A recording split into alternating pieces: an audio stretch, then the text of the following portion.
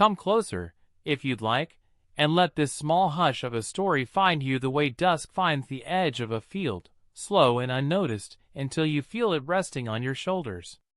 Tonight we'll lean into a question too soft to shout yet too stubborn to leave alone, a question drifting between the wink of stars and the breath of old light as it falls through our sleeping air. Before we wander too far, I should warn you, this story will not hurry to meet you. It will not shout for your attention or scatter sparks in the dark. It will settle beside you like a gentle secret, nudging your thoughts open where you least expect it. If at any point your eyelids grow heavy and the stars behind your mind begin to spin, that's quite all right. Just know this small journey will wait here as long as you need.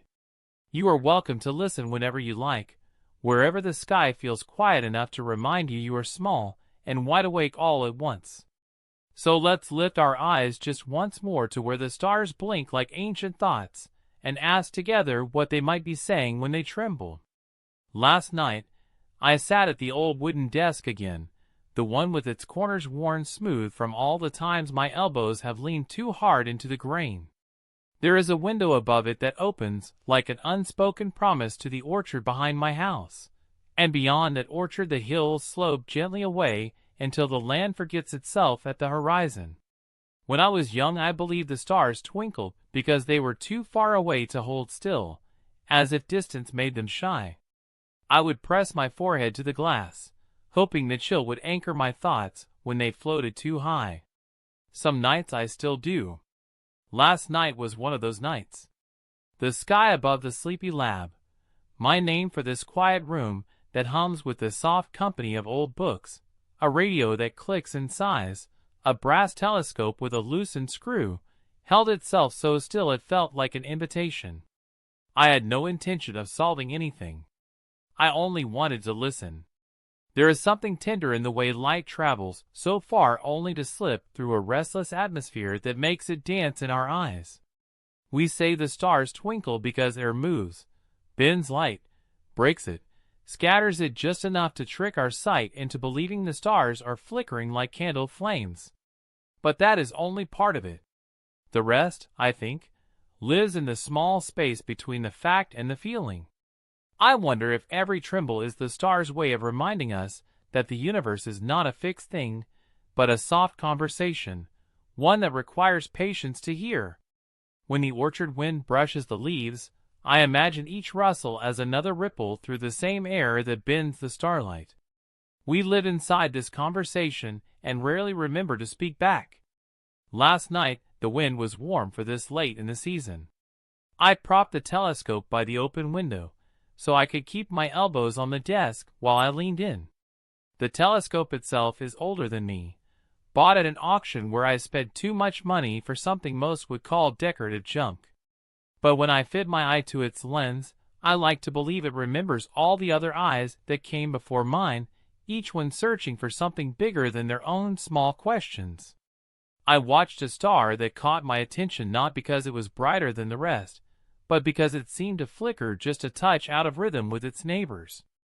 I wondered if that tiny pause between its pulses might be saying something, some stray syllable of a cosmic sentence that I was not yet fluent enough to translate.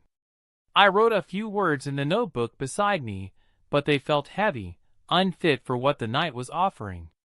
So I left them half-formed and instead closed my eyes for a moment to let the darkness behind my eyelids gather shape. I thought of the first time I asked my father why the stars looked like that, why they never held steady. He had said, without looking up from the engine he was fixing, that everything shakes a little when it's alive. Back then I didn't understand. Now, I wonder if the same could be said of the universe itself. Maybe these small shivers of light are how it reminds us it's still awake. I must have dozed off because when I opened my eyes the telescope had drifted slightly, its neck slouched like a tired animal. I tightened the screw that always comes loose and pointed it back to where I thought the star had been, but by then the clouds had rolled in. Thin, wispy veils that blurred the sky into a single smear of motion.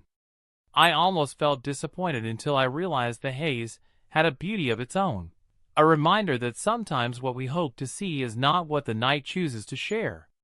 I sat there for a while longer, listening to the hum of the lab's old heater as it kicked in and out. My coffee had gone cold. The orchard creaked when the breeze slipped between the trunks. Before I turned away for the night, I wrote one more line in my notebook. Maybe the stars twinkle, so we remember to look twice. It was the sort of thought that might embarrass me in the daylight, but in that quiet hour it felt just right. I closed the book, clicked the lamp off, and let my eyes adjust to the dark. Through the glass the sky seemed closer now that it was partly hidden. I thought about how every beam of starlight started out straight and true, only to be nudged and bent and scattered by all the invisible currents between there and here. And still it reaches us, blinking at the edge of our vision, asking us not to forget. I stood at the window for a few more minutes, watching the clouds drift like soft ships across the hidden fires above. Somewhere out there, light older than our oldest words was arriving just in time for me to blink and miss it. Maybe tomorrow the sky would be clear again, or maybe not. I locked the telescope back at its corner and set my mug in the sink. The sleepy lab sighed when I switched off its last light, as if it too was glad for the quiet. I walked down the narrow hall to my bedroom, carrying the hush with me like an unfinished thought. Tonight the stars twinkle because the air moves, because distance distorts, because our eyes need the tremor to notice the steady thing behind it. But part of me hopes the real reason is softer, stranger, a secret shimmer in the dark, reminding us to ask, reminding us to wonder. And maybe, if we listen long enough, reminding us that we too can flicker without fear of going out. Ask ChatGPT. This morning I woke up before the sun, the old habit of an insomniac who trusts the early hush more than the brash certainty of daylight. There was a lingering taste of last night's question still on my tongue, like a dream I hadn't fully left behind. The sleepy lab was darker than usual, the windows fogged by the night's chill pressing its soft breath against the glass. I wrapped my hands around a chipped mug of warm tea, staring at the faint shapes of the orchard beyond the window. Even without the stars, I could almost feel them out there somewhere, hidden behind the pale wash of dawn, their light still crossing an ocean of empty space on its way here.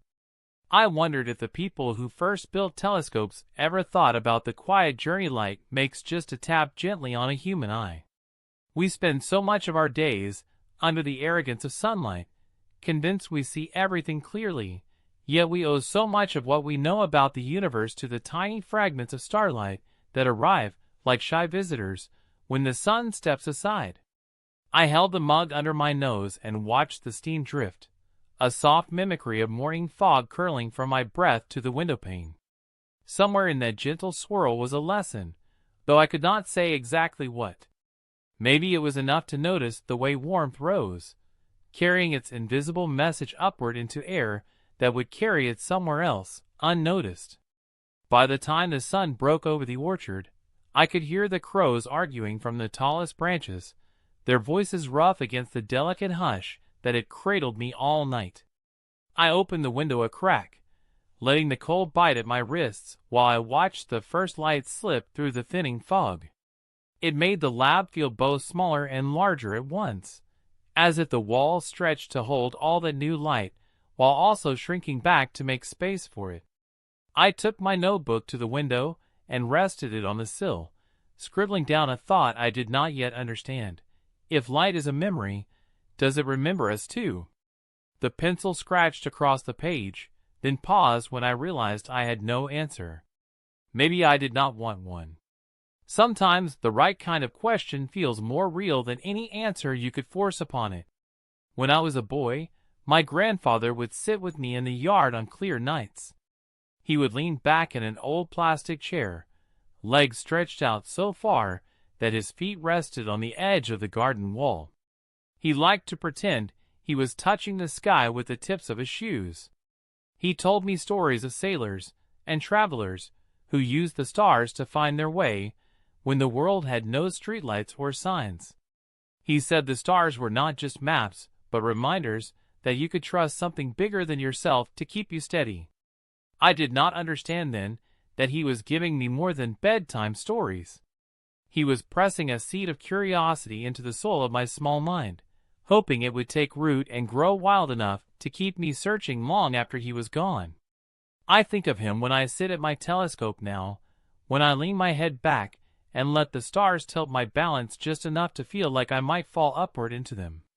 The sleepy lab has changed since those first nights I spent here alone, surrounded by boxes of old books and a sense that I was doing something both foolish and necessary. At first, it was just a refuge, a place to escape the noise of the city and the weight of daily obligations. I told friends I needed quiet to work on research that never quite fit the neat boxes of grant proposals or publication deadlines. They believed me because they wanted to, and because it was easier than asking what I was really doing out here with a telescope older than most of my degrees. The truth is, I came to listen, to watch the sky until the simple facts I knew began to bend around the edges of my certainty, to remind myself that no matter how much we know, the universe keeps a private corner where our instruments cannot reach. Some nights I think I hear a voice in that corner, not a sound exactly but a presence that feels like an unfinished sentence waiting for me to lean closer. Today I cleaned the lab, an act that felt almost ceremonial. Dust clung to the spines of old atlases, drifted in pale stripes across my desktop where the sun angled through the window. I swept it into a small pile, then hesitated before throwing it away. I imagined all that dust as tiny remnants of what once was, skin cells, paper fibers, flakes of old paint, each speck a memory of something touched, something used, something that had done its small work and come to rest here beside me.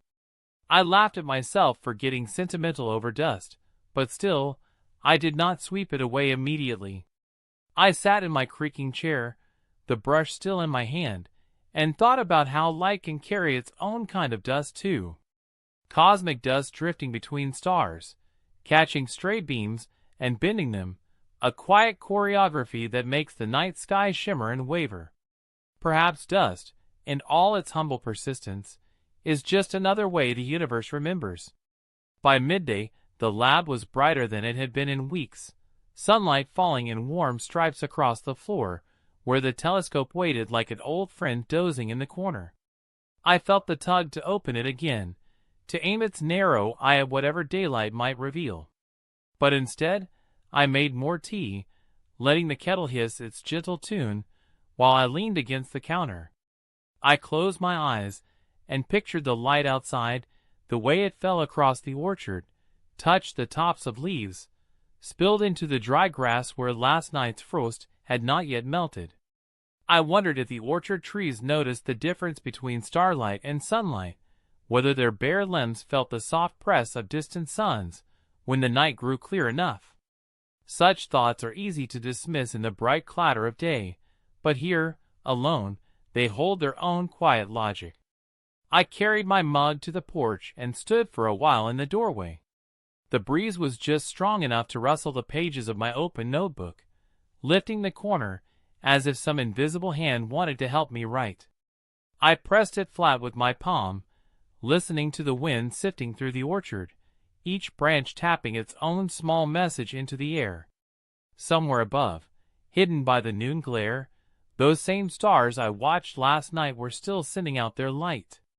It seemed funny that in all the noise of day, that fragile light kept arriving, ignored and unseen, pooling silently inside the blue bowl of sky. Back inside, I sat down with the telescope again, not to look through it but to polish the brass that dulled a little more each season.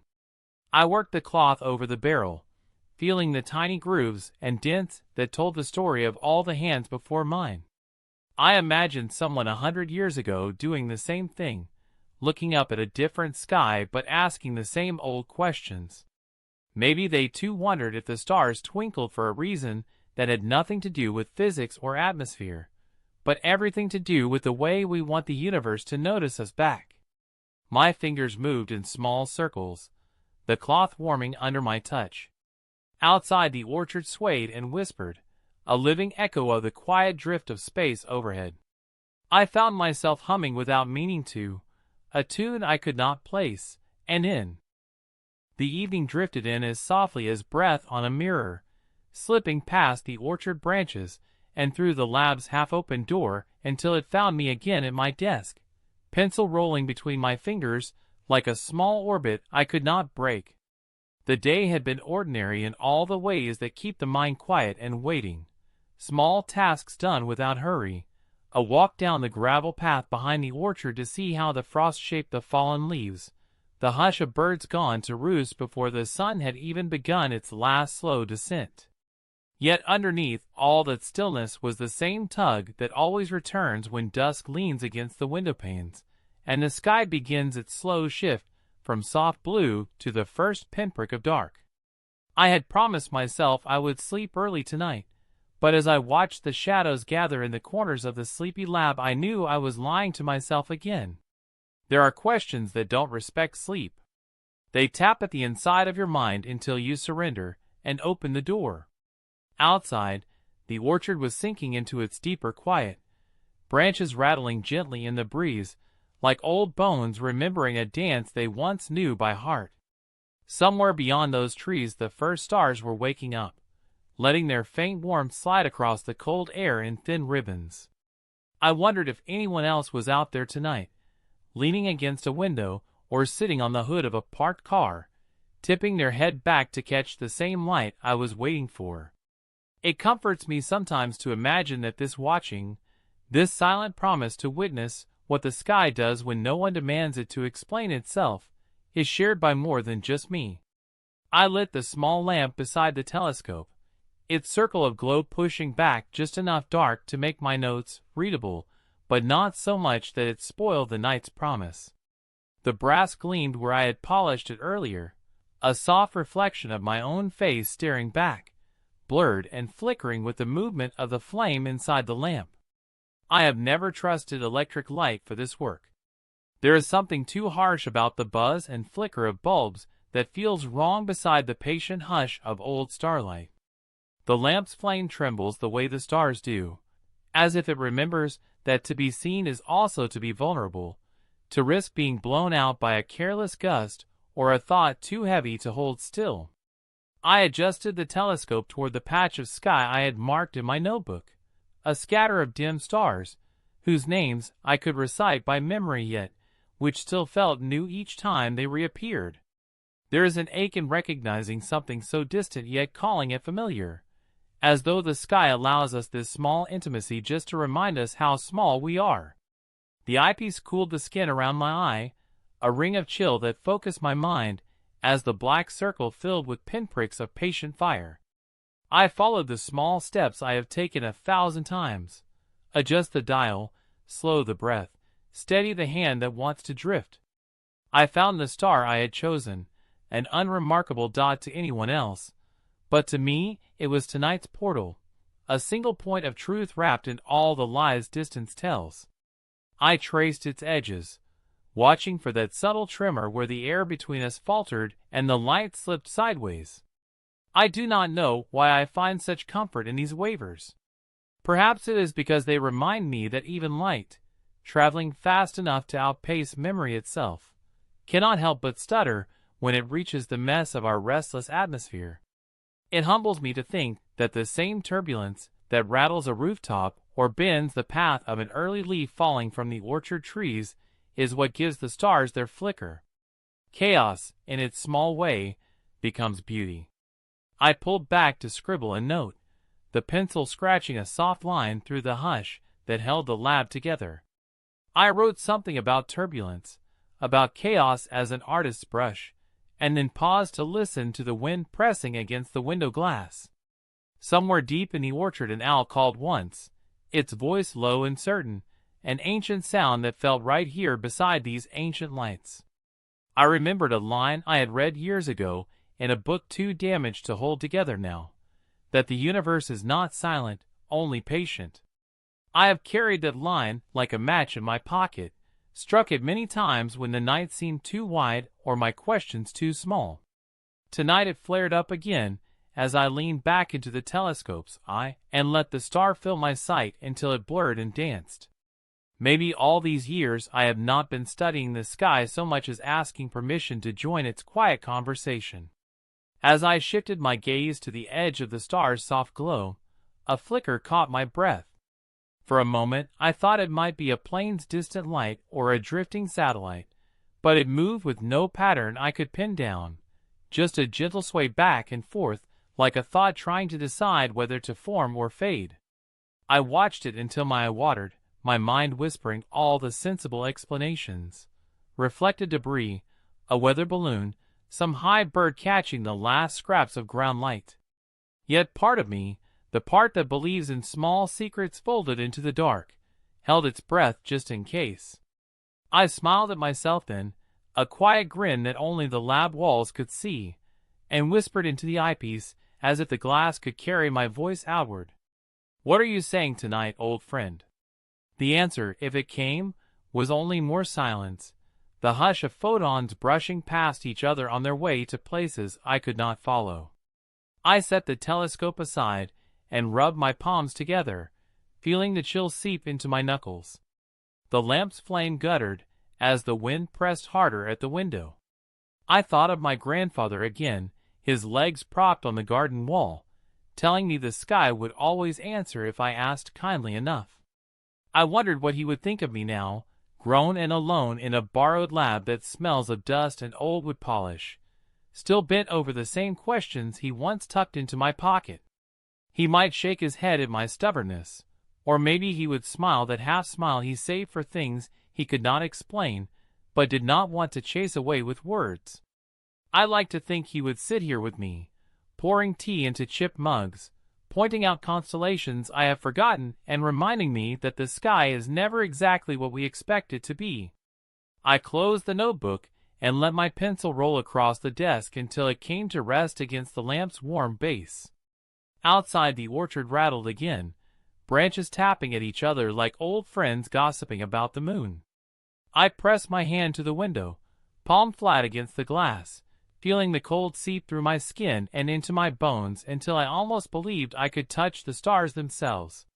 Somewhere far above, light I will never see was already on its way here, crossing empty distances with the quiet certainty that someone, someday, might lift their eyes at just the right moment to catch its flicker.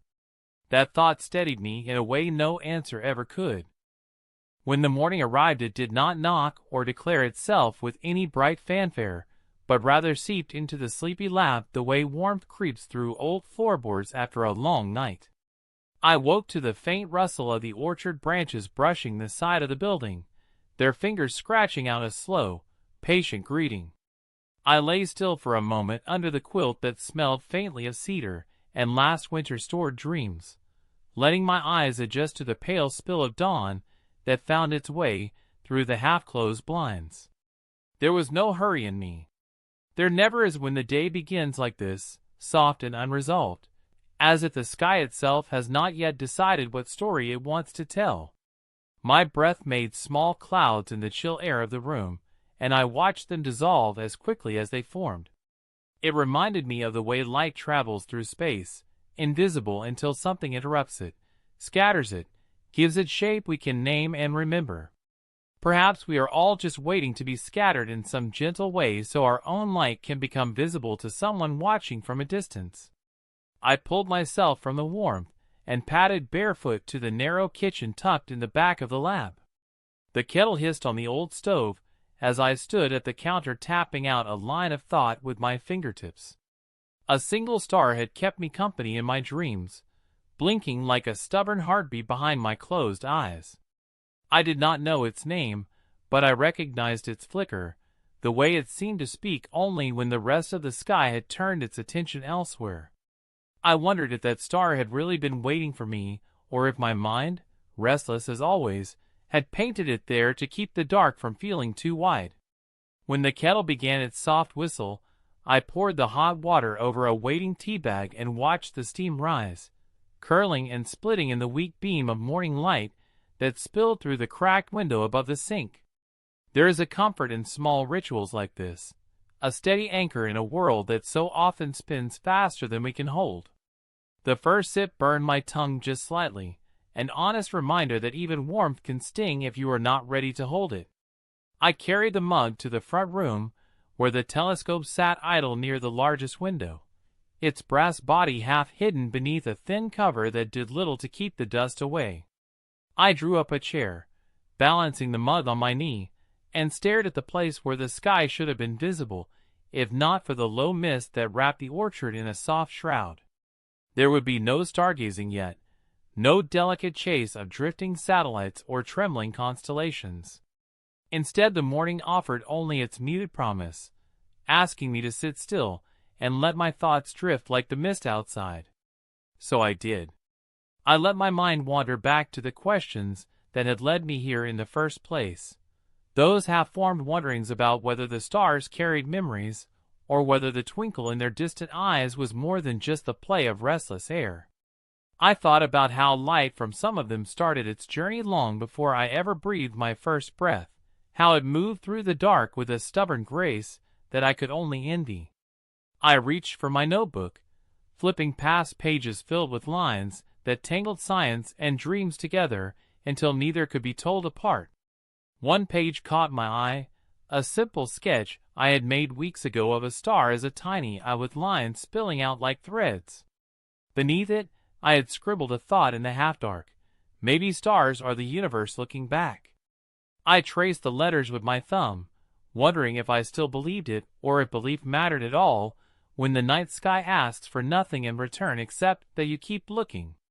Outside, the mist shifted, peeling back just enough to show the vague outlines of the orchard trees, their bare limbs lifted as if trying to press their thin fingers into the drifting sky.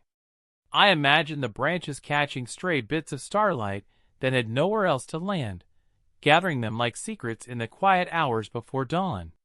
The tea cooled as I sat there, my eyes drifting between the notebook and the window, the notebook and the telescope and the slow swirl of mist. I thought about the stories people used to tell when they did not yet know about light years, or gravitational lensing, or the bending of time around massive things. I thought about sailors trusting constellations more than the sea beneath their hulls, about shepherds counting the stars to mark seasons when calendars were only dreams pressed into stone. There is something stubbornly human in that need to pin the shifting sky into shapes we can name. Maybe we do it to feel less alone when the dark folds over our small fires. Maybe we do it because we know that someday the same light we name will pass on without us, flickering behind eyelids we will never open again. I set the mug aside and stood to draw back the curtain, inviting more of the day inside. The orchard greeted me with its patient silence, the mist thinning now to reveal the frost that rimed the low grass and the edges of the fallen leaves.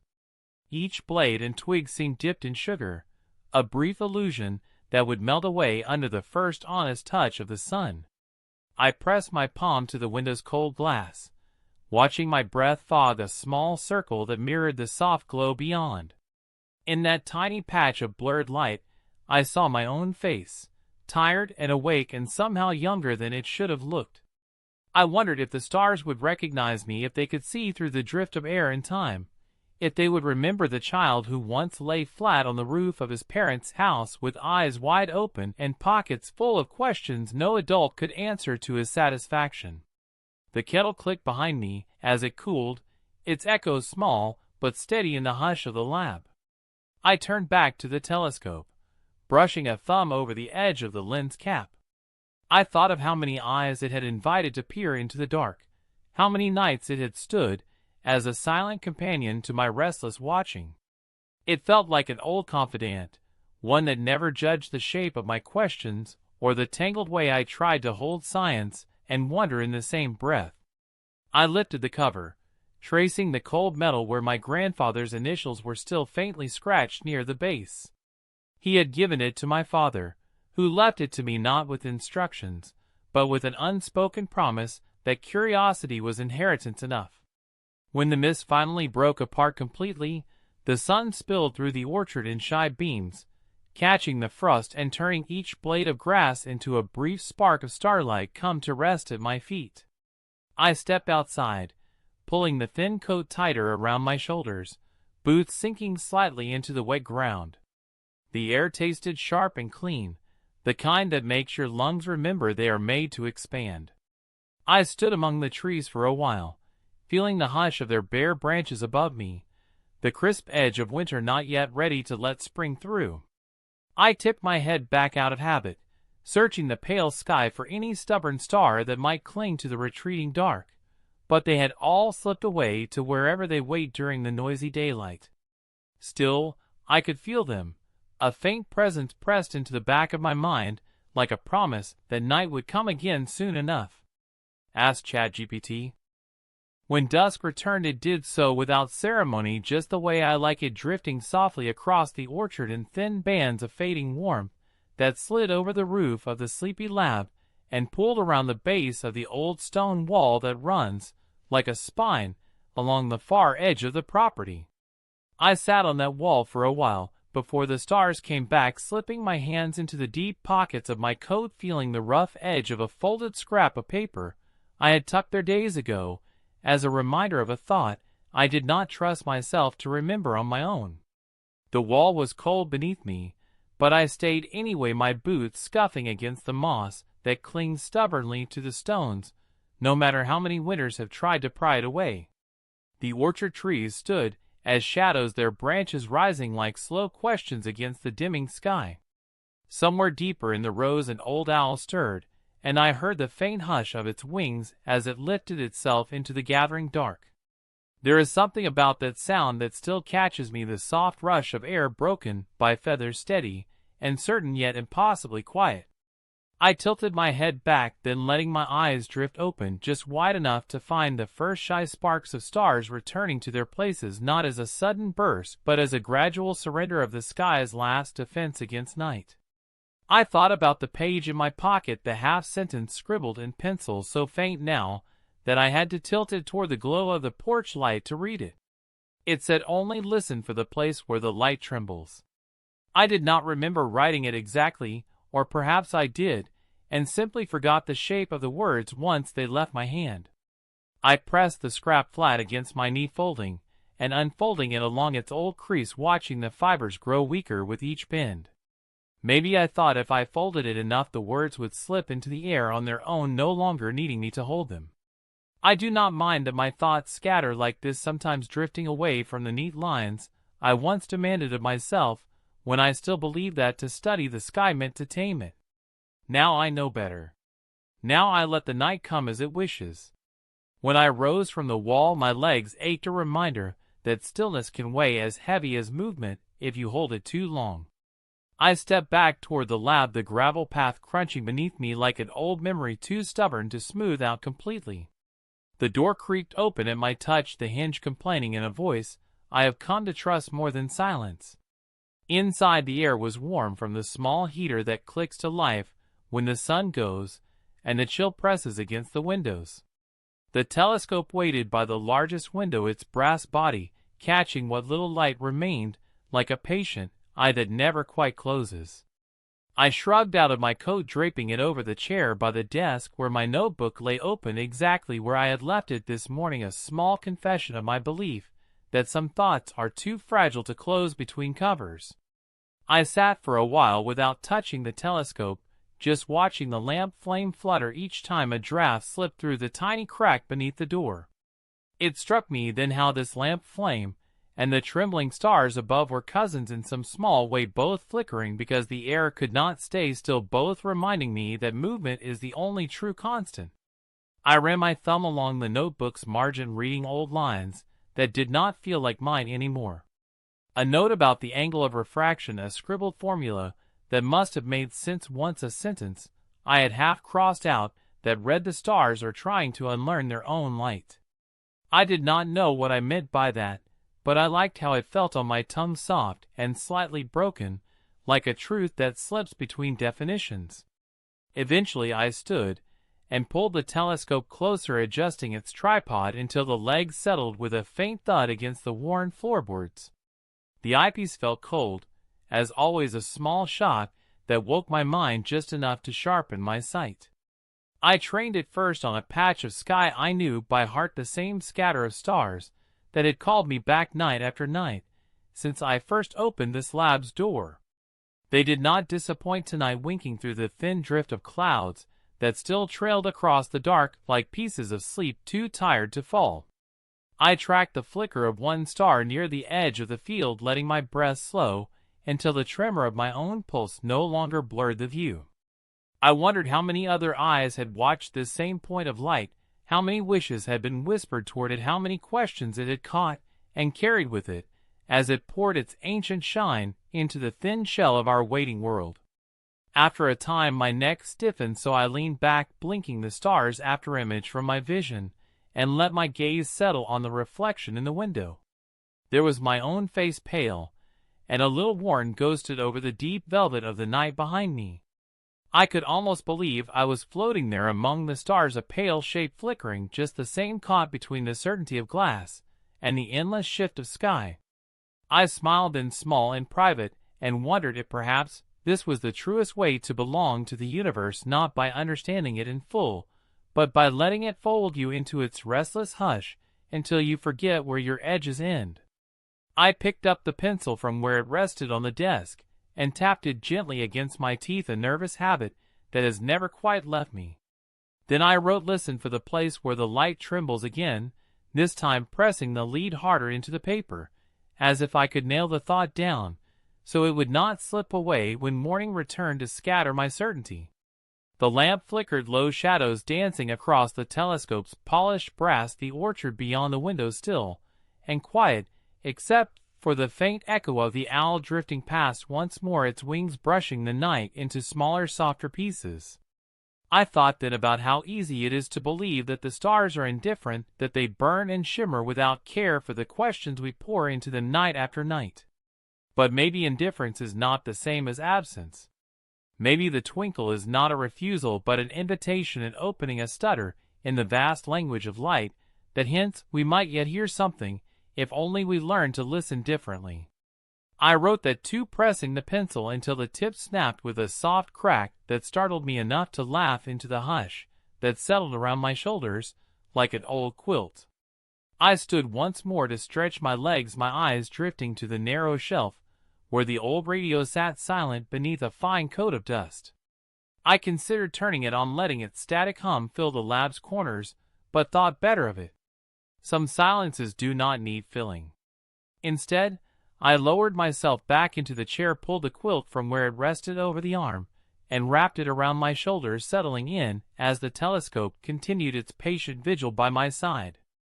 Outside the orchard slept the frost creeping, and again, to rim the lowest branches, the stars above drifting gently through the currents of air that bend their light, just enough to remind me they are not fixed, not certain, not fully ours to hold. When morning cracked open again, I found myself still in the chair, the quilt pulled around my shoulders like a memory that had not quite let go. The lamp had burned itself out hours before its wick, a small curled ghost that left behind the faintest trace of warmth on the metal base. The notebook lay open where my hand had slipped from it, my pencil resting across the page like a bridge left unfinished. My neck ached from the angle my head had found tilted back, as though I had fallen asleep halfway between questions and the patient hush of stars beyond the glass. I lifted my eyes to the window where the first pale slice of daylight was peeling back the heavy ink of night. In that soft seam of light, the orchard stood hushed and rimmed with silver, 1,000 tiny frost flowers blooming along each bare branch, only to melt the moment the sun would dare to lift its face a little higher. I stayed there unmoving as the chill of the room seeped into my skin, a gentle reminder that no matter how far my thoughts drifted, the world beneath my feet would always call me back.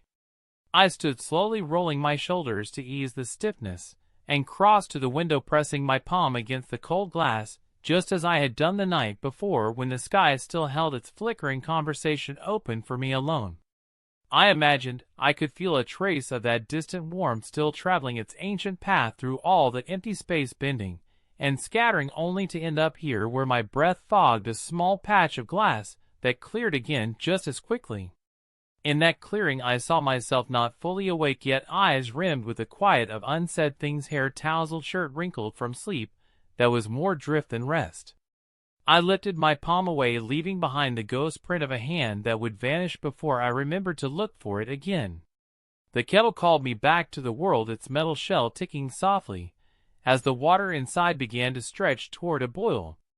I lit the flame beneath it, steadying the old pot on the narrow stove, then leaned back against the counter, arms folded, and eyes drifting to the ceiling where a crack ran, like a tiny river, splitting the white paint into two slow continents drifting apart.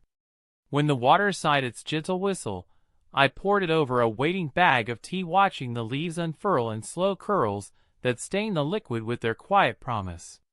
I thought about the leaf drifting in water, about light drifting in space, about how both carried within them stories that did not demand to be told yet found their way into curious hands anyway.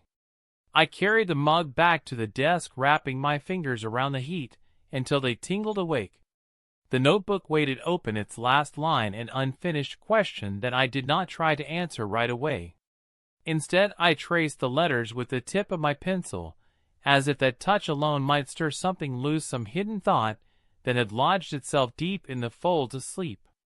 Outside, the orchard caught the first gold of sun on its frost-tipped branches, tiny sparks of melting ice dripping onto the dry leaves below, each drop a miniature echo of distant light, finding its end here in the hush between dawn and day.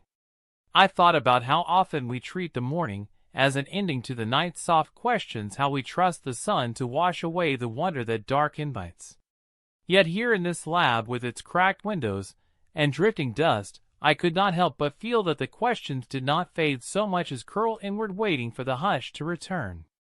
I picked up the telescope, shifting it gently, so its glass eye pointed at the sliver of sky that still held a star or two, stubborn enough to linger in the brightening blue. I leaned in, not expecting much, but hoping for that small thrill of catching a piece of night refusing to go quietly. There it was, faint, nearly swallowed by the rising light, but still there, trembling on the edge of visibility, like a thought half spoken. I adjusted the focus, breathing slow as the edges sharpened into a tiny point that flickered once, then stilled as if it too was holding its breath. I watched it until my eye watered, until the chill of the eyepiece bit against my skin, until the kettle behind me ticked once more, reminding me that time does not wait for quiet thoughts to find their end. When I stepped back, I left the telescope trained on that stubborn star, a reminder to myself that the world does not always need my eyes to keep its quiet stories alive. I closed the notebook softly, as if sealing a secret between its pages, and set it aside on the shelf where other half-filled volumes waited, each one a map of nights spent listening for the way light trembles. I slipped my arms back into my coat, tugging it around me, before stepping outside where the frost had begun its slow retreat under the sun's gentle insistence. The orchard greeted me with its hush, the branches dripping soft notes onto the old stone path that wound between the rows of trees. I walked that path barefoot once, when I was a boy, daring the cold to press its bite into my feet just to feel alive in a way my father's warm house could not offer. Now my boots crunched over that same path, the years between those steps folded neatly like the paper scrap I still kept in my pocket, listened for the place where the light trembles. At the edge of the orchard where the wall leans into the field, I stopped to breathe in the pale air, my breath drifting ahead of me like a question I might never catch. The field stretched beyond the wall, a sweep of dry grass still tipped with frost, and tiny spiders' threads that caught the sun in bright lines that looked almost like the traces of light I chased through the telescope's glass.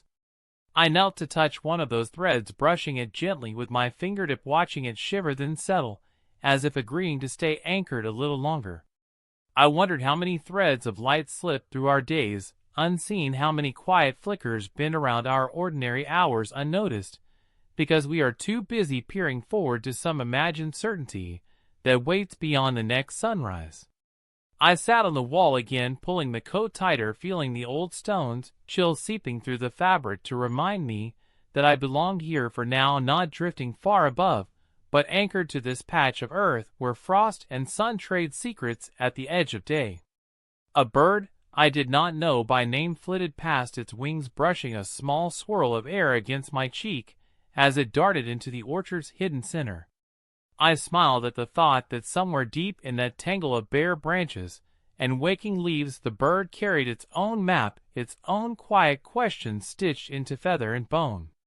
We are not so different, I thought, this soft press of wonder stitched into the shape of our lives, asking us to look again and again at the same sky until we learn to hear what it has been whispering all along.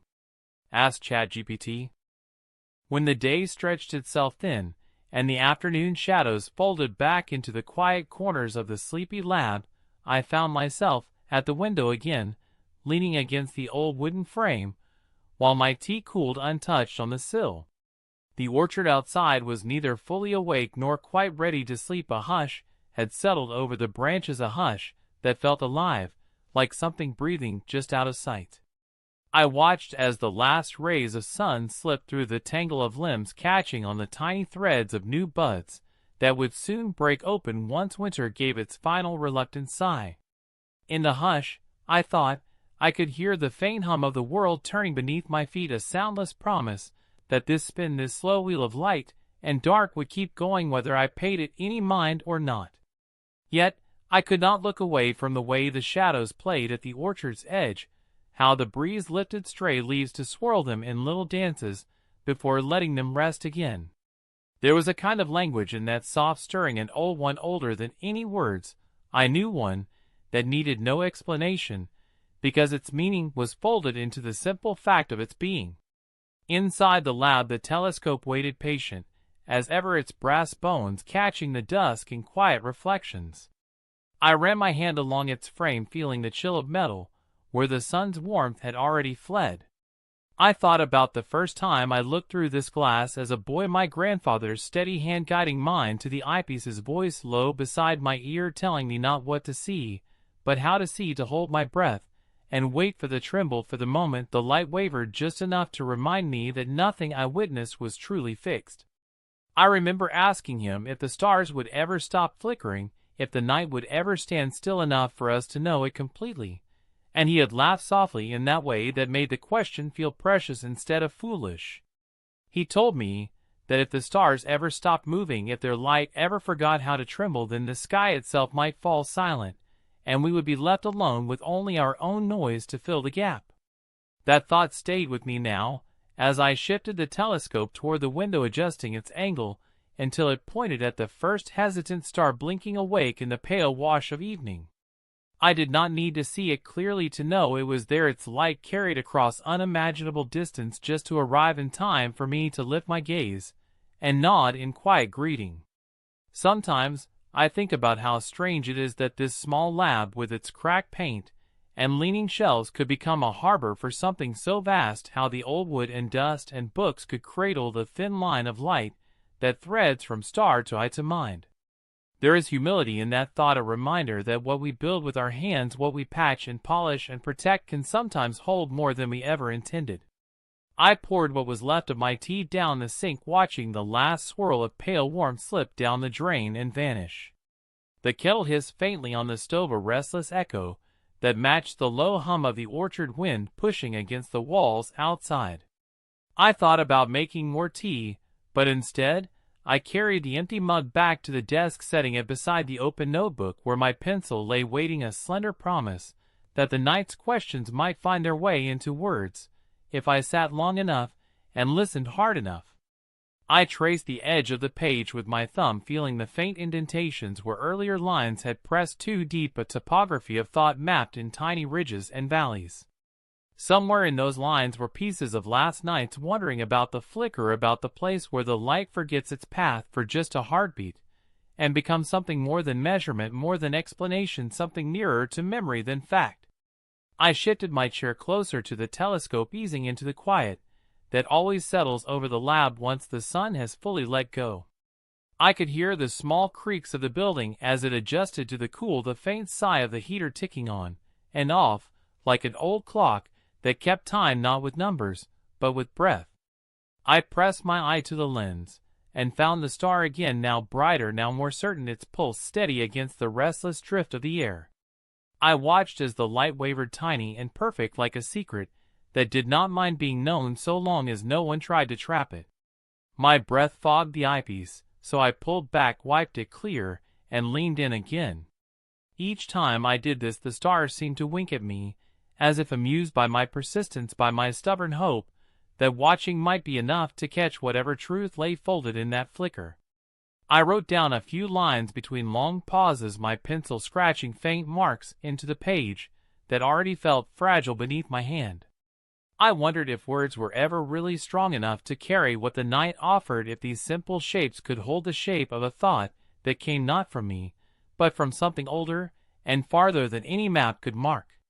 The owl called again deep in the orchard, its voice rising through the cold to brush the window glass before drifting away into the bramble and bone of sleeping branches.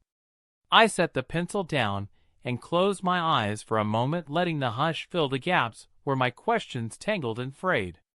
I remembered my grandfather's laugh that night so long ago, remembered how his hands smelled faintly of oil and sawdust, how his eyes squinted against the wind, but always softened when he looked up at the stars. He taught me that curiosity was not a thing to solve, but a thing to tend, like a fire that did not need to blaze, only to glow enough to keep you leaning forward into the dark. I opened my eyes, and the lab seemed to lean forward with me, the walls, the shelves, the old books, the thin wires that held the lamp in its careful place, each thing tilting just slightly, as if the whole room were listening too. I wondered if that was why I stayed here night after night, not for the promise of answers, but for the chance to feel less alone in my asking. Maybe that is all any of us are doing when we lift our eyes to the trembling dark, hoping the flicker we see is not just the restless air, but the quiet echo of our own soft wanting reflected back from somewhere that knows us without needing to say so. The wind rattled the window once, a gentle insistence that pulled me from the telescope's eye. I sat back, stretching my legs under the desk until my heels brushed the box where old notebooks waited stacked in loose piles, their spines soft from years of being opened and closed by fingers that never quite found what they were looking for. I thought about pulling one out, flipping through its pages to find a line that might stitch itself to tonight's quiet, but instead I left them sleeping, letting their soft weight remind me that not every question needs to be lifted back into the light. I woke with the soft insistence of dawn pressing through the thin curtains that never fully block the first light when it decides to slip between the threads and find my face waiting on the edge of sleep. There was a dream still clinging to the corner of my mind, something about walking barefoot through the orchard under a sky so thick with stars they felt like a ceiling about to lower itself and fold me in. In the dream, I remember lifting my hand and brushing my fingertips through that sky, feeling the stars drift between my fingers like warm grains of sand. When I opened my eyes for real, the ceiling above me was only cracked plaster, the familiar stain in the corner shaped like a distant continent that no mapmaker has yet dared to name.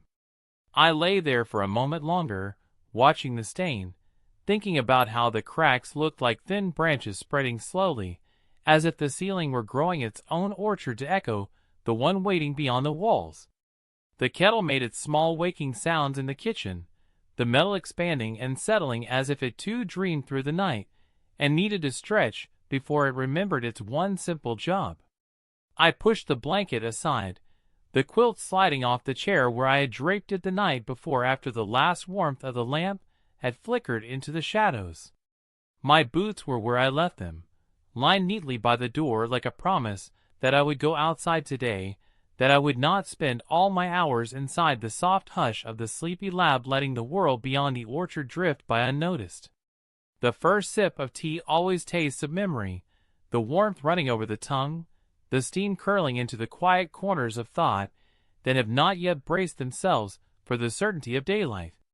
I held the mug with both hands, feeling the heat seep into my palms until the chill of the floorboards beneath my feet seemed less insistent.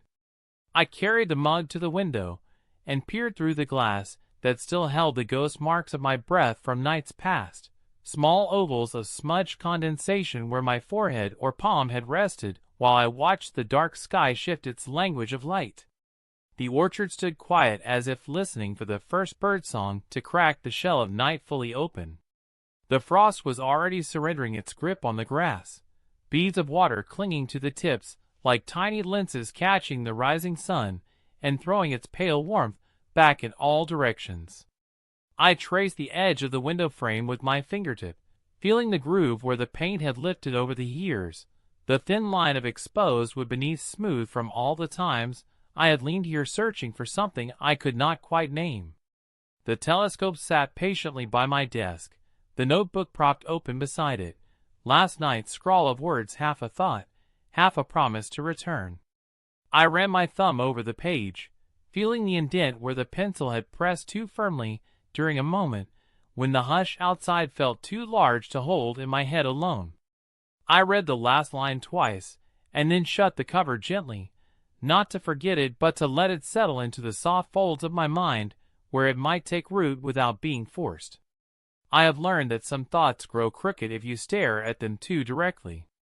They need the dark, the drift of other distractions, the slow turning of days that invite them to stretch in their own direction.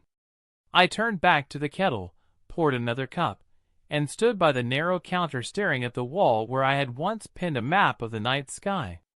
The map had since slipped its tacks and curled in on itself, a tired paper echo of the real sky that never seemed to stay still long enough to match the lines I had traced with careful pencil marks. Somewhere beneath that curled map were notes and scribbles, tiny reminders of nights when I thought I could catalog the sky if only I stayed awake long enough, if only I looked hard enough. Now I know better, though sometimes I still reach for the pencil when the hush settles thick around me and the stars lean close enough to make me believe they might give up a secret or two just for the asking. Outside, the orchard called with its quiet promise of cold earth and thin air that would wake my lungs more honestly than tea ever could. I set the mug down, slipped into my boots, and pulled the coat from its hook.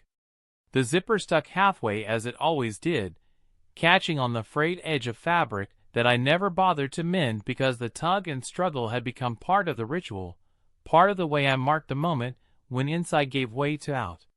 The door groaned softly when I opened it, the hinges complaining in the same voice they had used for years, a voice I trusted more than the silence that would fill its absence.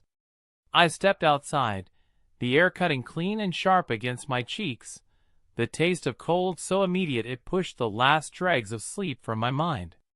The orchard path stretched before me, a lacework of frost and fallen leaves, each step pressing a soft crunch into the hush that held the trees so still. I followed the path to the old stone wall, the one that marked where the orchard surrendered to the open field beyond, a field that held the morning sun in its low dip between rows of sleeping grass. I sat on the wall, the stone biting through the fabric of my coat just enough to remind me I was here, awake, a small body perched between frost and warmth, between the hush of trees and the stretch of sky that was already losing its last threads of night.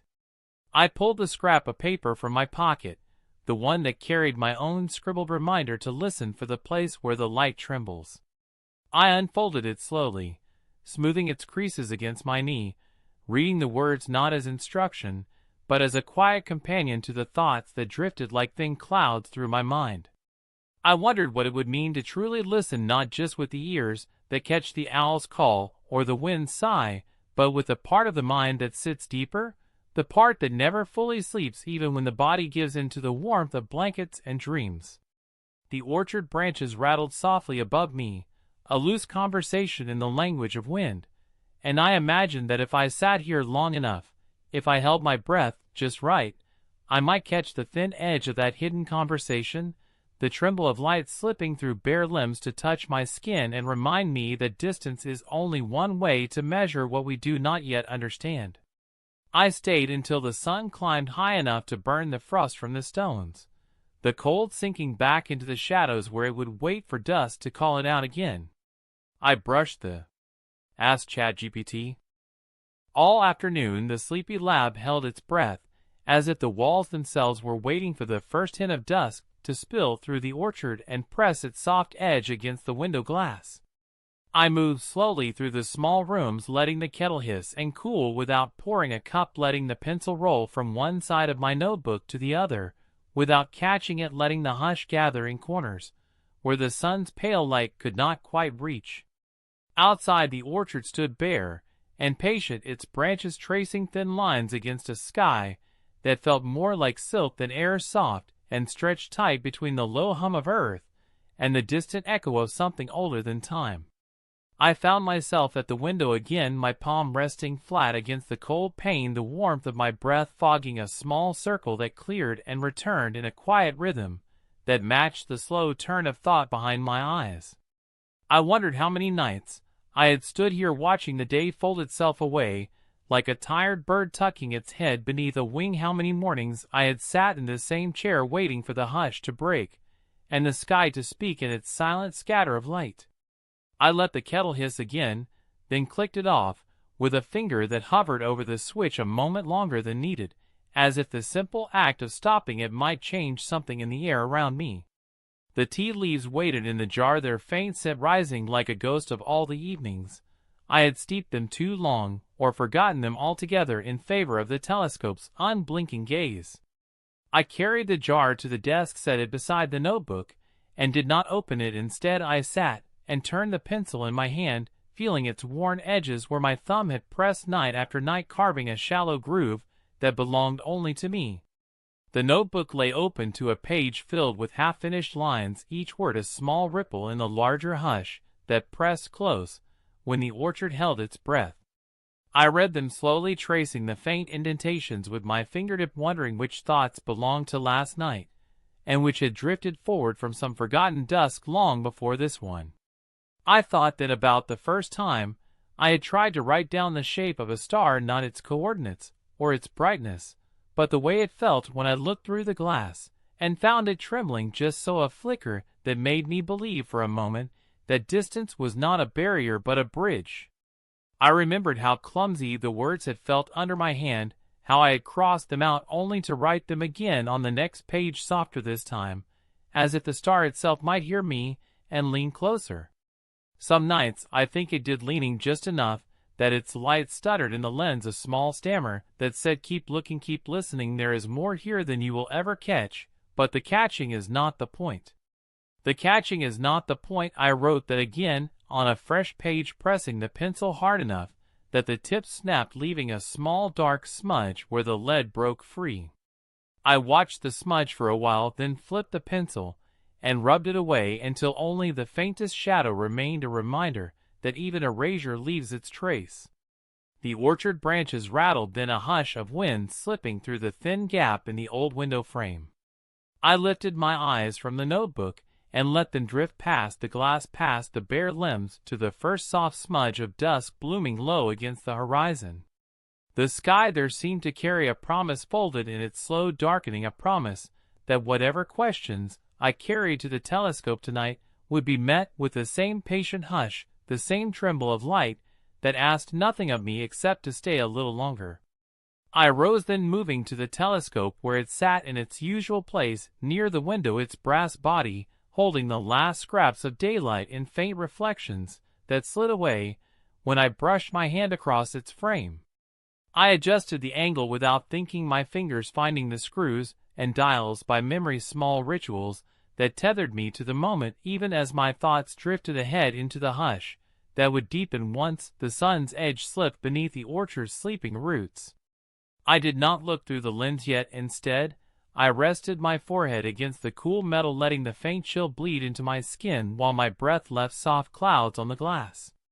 I thought about the distance each photon had crossed to find me here in this quiet room, how many years it had traveled, slipping past dust and gas and gravity, bending and scattering only to land at the back of my waiting eye. I wondered if in some small hidden way the light remembered the places it had passed, if it carried tiny ghosts of other skies folded in its brightness, a soft archive of moments too distant to hold, but not too distant to feel if one stayed still long enough. I pulled back and settled into the chair, wrapping the old quilt around my shoulders, not because the room was so cold, but because the weight of it reminded me of nights on my grandfather's porch when I was small, and the stars were stories he unfolded in a voice that carried more warmth than any blanket could promise. When the first star found its place above the orchard, I lowered my eye to the glass, and let the lens shape the hush into something I could almost touch. There it was, the familiar tremble, the soft stutter of light, that seemed to nod at my patience, saying, "Yes, I am still here, yes, I will keep speaking in this language you will never learn fully, but you must keep trying anyway." I traced its edges with my breath, slowing each inhale, so the blur of my pulse did not muddy the flicker. The pencil waited in my lap, but I did not lift it yet.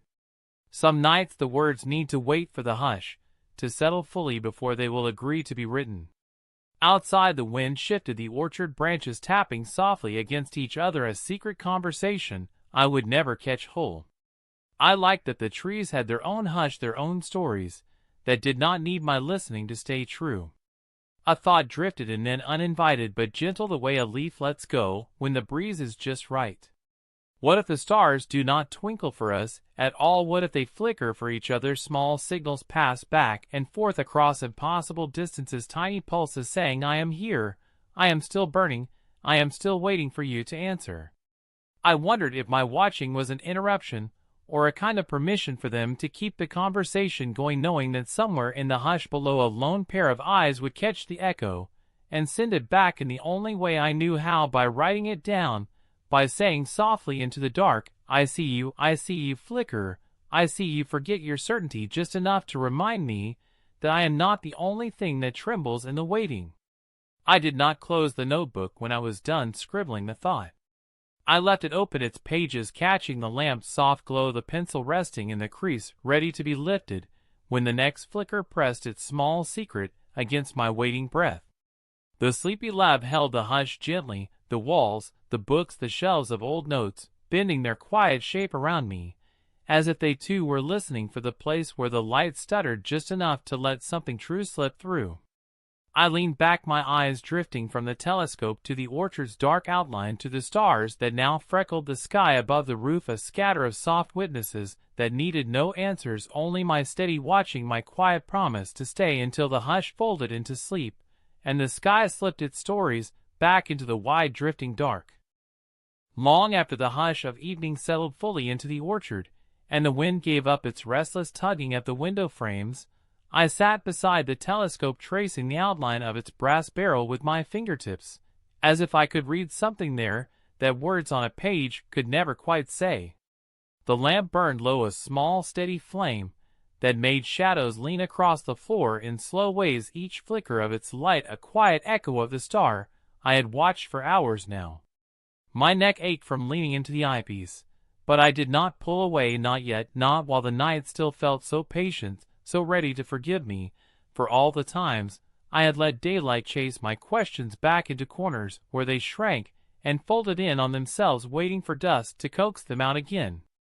Outside, the orchard held its shape and silhouette, the rows of bare trees standing like guardians between the sleepy lab and the wider fields that rolled away into the unseen distance. Somewhere among those branches the owl moved again, its wings pushing the hush aside for a heartbeat before letting it drift back to its soft weight. I liked knowing it was there, gliding through the cold on wings that seemed too broad to be so silent, a presence that kept the orchard from being too empty when my eyes were turned upward and my thoughts drifted far beyond the reach of frost and bark.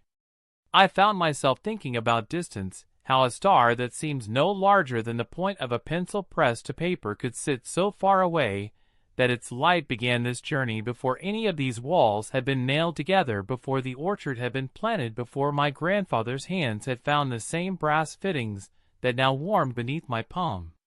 That light had crossed the patient dark, slipped between drifting dust and the bent pull of unseen forces, bending and scattering until it found the narrow mouth of this old telescope and the waiting circle of my eye. I wondered how many times that same light had been interrupted, bent slightly, by a passing trail of ice, or caught for a moment in the haze of the atmosphere, only to gather itself and push on, carrying its small tremor forward. I liked to believe that the twinkle was the mark of all these interruptions, that each flicker was a brief confession of the journey's untidy truth.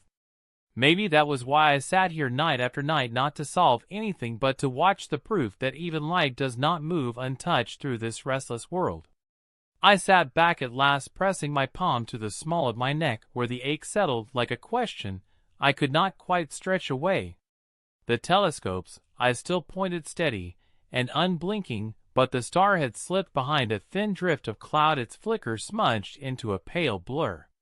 I did not mind. Sometimes the hush needs a veil to remind me that not every glimpse must be complete, that partial truths can be as honest as the sharpest focus. I turned to the notebook where my pencil waited, a faithful companion to thoughts that never arrived whole.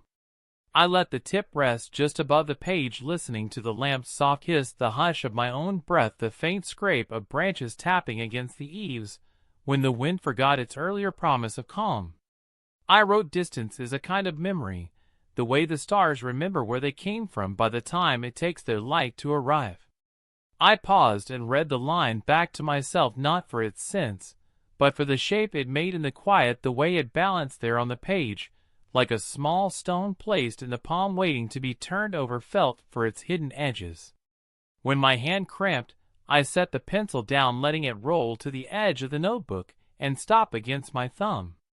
I watched it spin once, then settle, its soft tapping against the paper, the only sound that did not belong to the hush. I thought about my grandfather then, the way his voice would soften when he spoke of things too big for easy answers, how he would lean back in his chair, boots propped on the garden wall, eyes narrowed not in suspicion, but in focus, as if the sky were telling him something he alone could hear. He had taught me early that questions were not burdens to solve, but companions to keep close. That truth settled around my shoulders now, as warm and familiar as the old quilt draped over the back of my chair. I pulled it around me, careful not to knock the notebook to the floor, careful not to disturb the thin line of light that still slipped through the window where the cloud had begun to drift aside. Beyond the orchard the horizon held no shape, only the faint suggestion of a hill shoulder pressed against the deeper dark of the sky.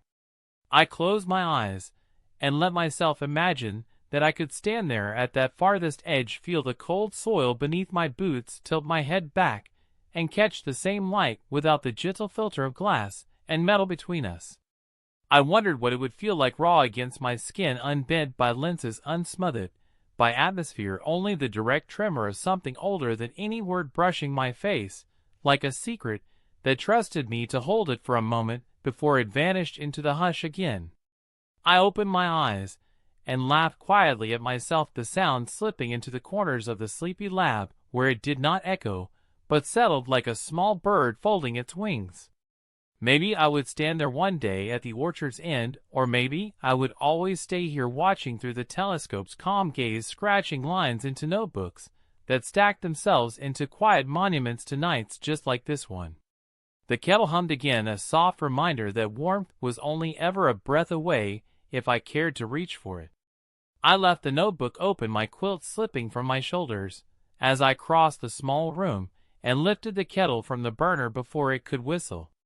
The steam rose in thin curls, ghosting the faint glow of the lamp as I poured the water over waiting leaves, watching them spin and settle until the color bloomed through the cup, slow and deliberate as the drift of a star's pulse.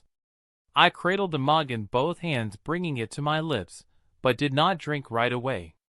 Instead, I watched the faint ripple across its surface, where the steam met the cool breath of the room, each small shiver like a miniature echo of the tremor I had watched through the lens moments before. I smiled at that tiny symmetry, the way the world liked to mirror itself in these quiet ways, when I was still enough to notice. I carried the mug back to my chair, settling once more into the hush that had not left, only deepened, grown thicker around the edges as the night leaned into its true shape. I glanced at the notebook, the open page, the line waiting where I had left it, distance is a kind of memory, and beneath it the faint smudge where the pencil had slipped. I lifted the pencil once more, wrote beneath the line, maybe the stars flicker to remind us that memory is never fixed, always bending, always interrupted, but still finding its way home. I set the pencil down, not because I was done, but because the words felt enough for now, like a gentle weight pressed into the hush, to keep it company until I was ready to listen again. Outside, the orchard waited, branches swaying in a breeze too soft to rattle the window, but enough to set the owl's wings brushing the hush, with the promise that not every shadow must stay hidden.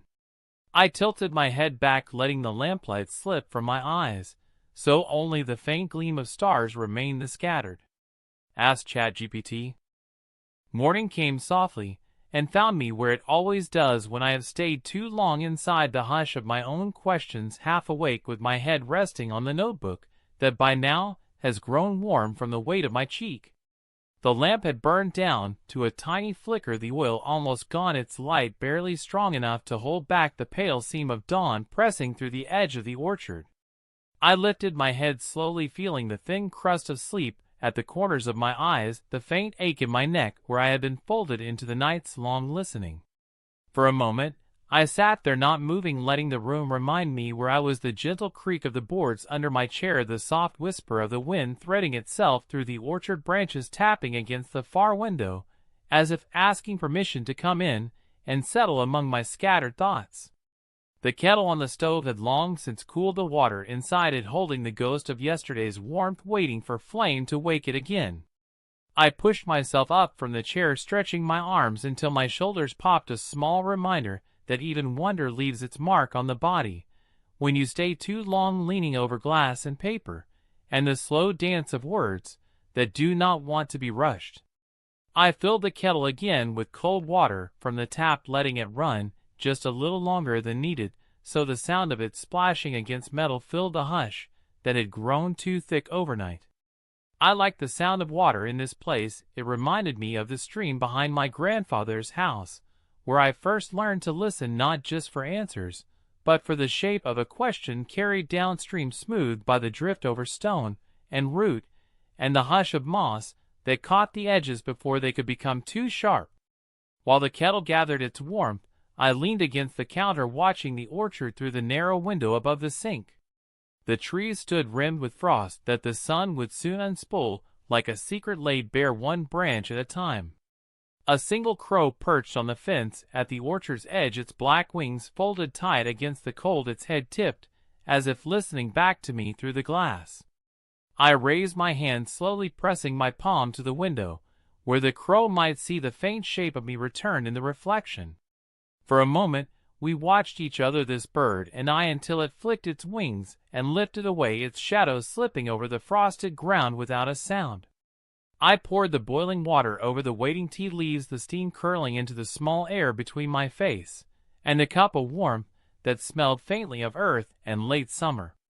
I held the cup close, not drinking yet, just letting it remind my hands what it meant to hold something that asked nothing of me except to feel its warmth and carry it gently back to my waiting chair. The telescope sat quiet in the corner, its brass surface catching the first edge of daylight, so that for a heartbeat it looked like it held its own small sun. I smiled at that thought, the telescope as a keeper of borrowed suns, each one filtered through its single patient eye and passed to mine with all the distance and tremble still folded inside. I wondered if my grandfather had ever thought of it that way when he first polished the brass with his sleeve, breathing onto the lens before pressing his eye close to catch the flicker he could not name, but trusted anyway. Maybe that is what I have inherited more than the telescope itself, or the notebook stacked in crooked piles, or the small lab that hums with my questions. It is this trust in the flicker, the unfinished edge of knowing that does not close the door, but leaves it ajar, so the wind can slip through, carrying its soft tap of wings and branches to remind me that not every answer is better than the question that called it forward. I settled at the desk again, wrapping my fingers around the mug so the heat soaked into the ache that had begun to settle in my knuckles these past few winters. The notebook waited open, its last line half formed, as if it too had fallen asleep before it could finish its thought. I read it slowly, tasting the shape of the words, as if they might change in the thin wash of dawn light drifting over the page. It said, maybe the stars flicker, so we remember to watch carefully even when we think we already know what we will see. I traced the line with my thumb, feeling the slight ridge where the pencil had pressed too hard in a moment when I thought the hush might slip away if I did not anchor it somehow to paper. Outside, the orchard breathed its cold breath against the window, frost blooming and retreating in small patterns that looked like distant constellations drawn in miniature on glass that would soon forget them when the sun rose higher.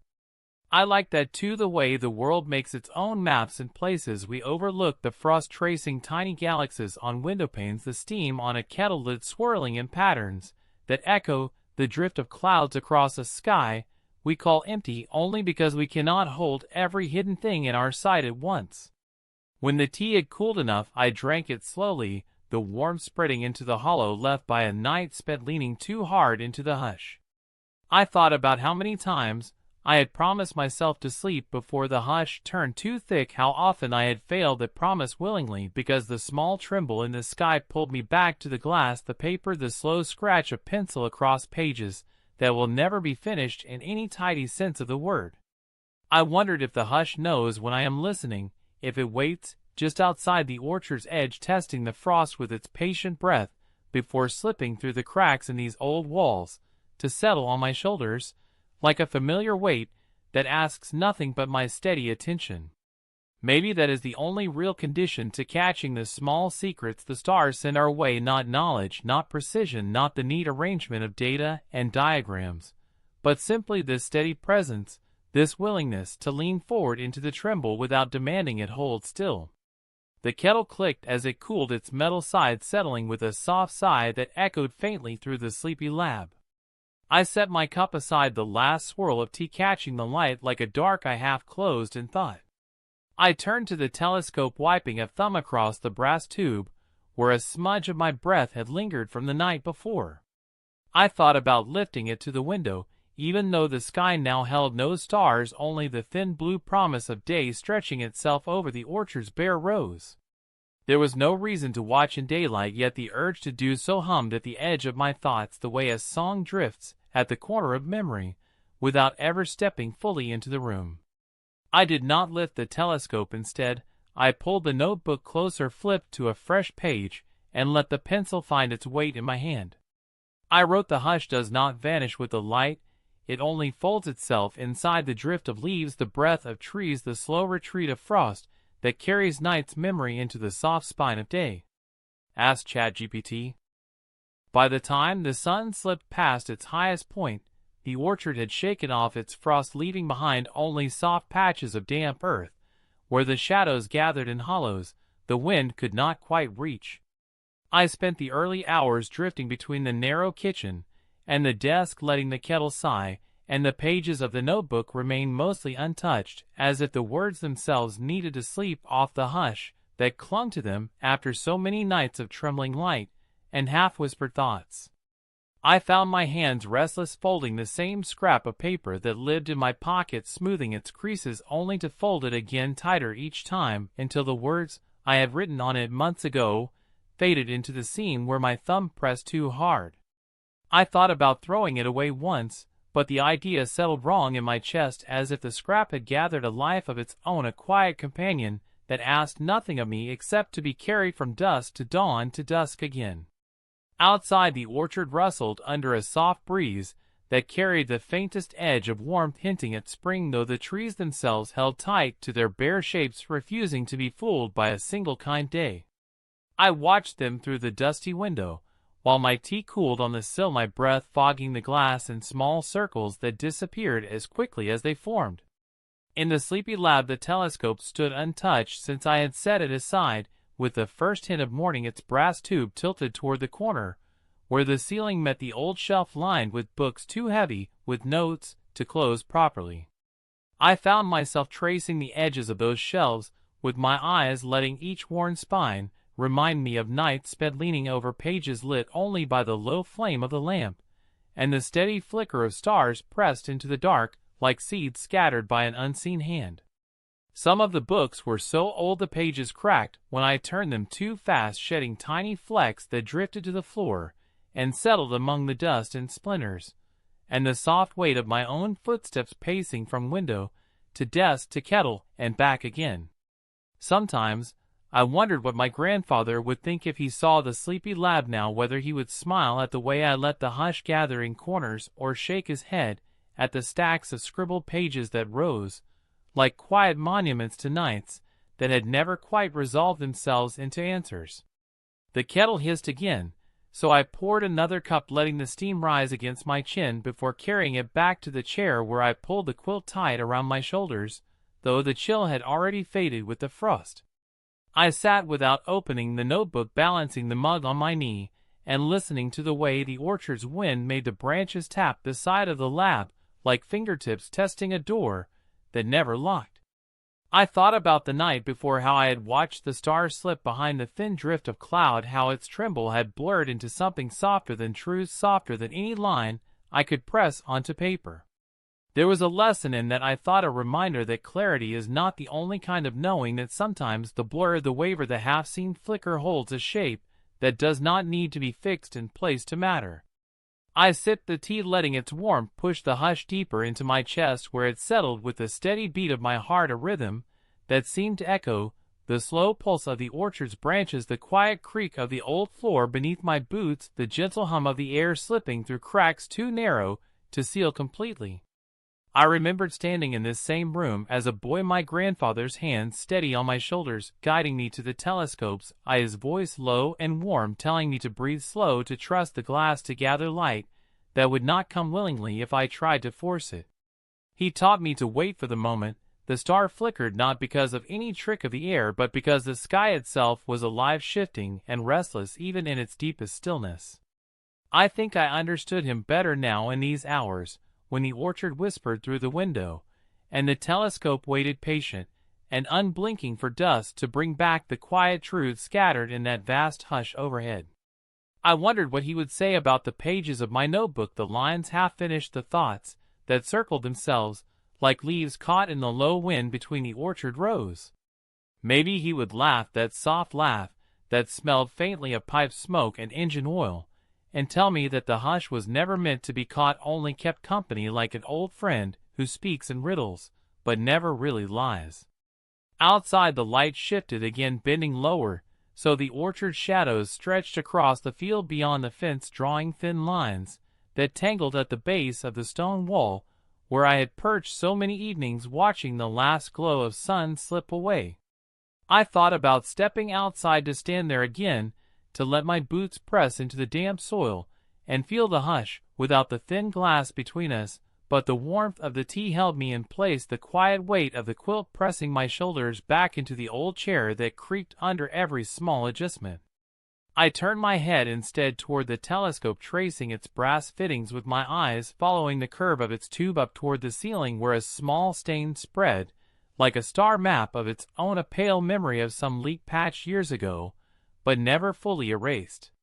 It made me smile the way the lab carried its marks so openly, each stain, each draft, each splinter a testament to the night spent asking the sky to speak in flickers and tremors and soft unanswered hums. I set the empty mug on the sill beside the cold cup from earlier, and finally reached for the notebook, letting its weight settle against my lap. The pencil rolled into my palm without effort, as if it had been waiting all day for this small moment, when the hush would lean in and remind me that listening does not always look like staring through glass, that sometimes it is enough to sit with the drift of branches, the soft tick of wind, the memory of a star's light finding its way through the restless air, to settle for a heartbeat in the back of my eye. I wrote a line without thinking. The hush is not outside, but here in the spaces between my breath and the way the light bends around the questions I do not finish. I read it back twice, then let the pencil fall still against the page, the lead leaving a faint smudge like the tail of a comet slipping out of view.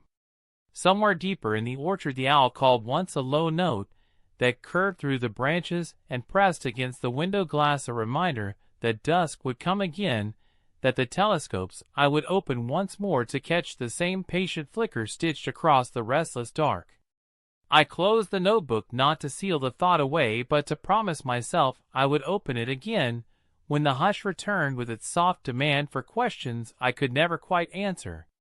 The quilt slipped from my shoulders, pooling at my feet as I stood, and crossed to the window, pressing my forehead against the cool glass, so I could see my own faint reflection layered over the orchard's bare arms reaching skyward.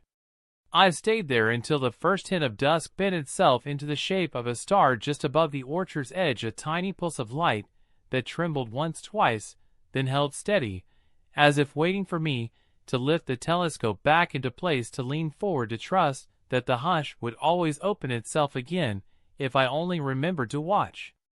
Asked ChatGPT. By the time the first real breath of night had settled over the orchard, I was already moving through the quiet lab in that slow, deliberate way that feels almost like sleep, but is not quite sleep at all, more like drifting from one thought to another, while the hands do what they always do, setting the kettle on the small burner, pulling the quilt from the back of the chair, folding it over my arm, while I check the oil in the lamp, its faint flame catching at the wick and flickering as if it too were testing the hush before deciding to settle into its gentle glow. I found the old mug half forgotten on the sill, and washed it at the tiny sink, letting the water run longer than needed, so I could listen to its thin rush echo through the empty spaces that the hush had already begun to fill. I watched my breath curl above the rising steam, drifting to the window, where it pressed against the cold glass, and vanished almost as soon as it appeared, a small proof that warmth does not always stay long enough to be held. Outside, the orchard was slipping back into its other self, the shape it only wears when the sun lets go, the branches blacker now than the sky itself, a tangle of limbs that looked less like trees and more like veins pressed against the skin of something larger than I could name. I carried the mug back to the desk, where the telescope waited, its brass shell catching the lamp's glow and holding it as a trembling reflection. My notebook lay open exactly where I had left it, the line from the afternoon still fresh enough to feel alive when my eyes traced it. The hush is not outside, but here, in the spaces between my breath and the way the light bends around the questions I do not finish. I read it again quietly enough that the sound did not break the hush, only folded into it like another thin layer of dusk settling over the orchard's bones. I liked that about words, the way they could live inside silence without shattering it, the way they could slip out of my mouth and vanish into the soft space between branches, where the owl waited for its time to rise and glide and call out across the dark that was never as empty as it looked. I turned to the telescope, slowly tightening the small screws, adjusting its weight so the eyepiece found its place in line with the faint scatter of stars that had begun to pierce the blue wash overhead. The first star tonight was the same I had watched last night, though I knew that was more comfort than fact, a trick of memory that wanted to stitch one hush to the next so the distance between them did not feel so wide. I leaned into the glass, breathing slow so the warmth of my skin did not fog the lens, letting my eyes settle into that thin circle where the tremble was waiting, a faint pulse that flickered once, then twice, then fell into its patient rhythm. I thought then about how many nights I had watched this same dance, how many nights I had pressed my heartbeat against the hush, hoping that somewhere in this small waver of light there was a truth that did not need to be pinned down, only noticed, trusted, carried from one dusk to the next like a secret folded inside the pages of my notebook or the soft corners of the quilt I pulled tighter around my shoulders. I do not know how long I stayed there, breathing slow. I pressed to the glass, pencil tapping lightly against my knee in the quiet rhythm of a thought trying to find its shape.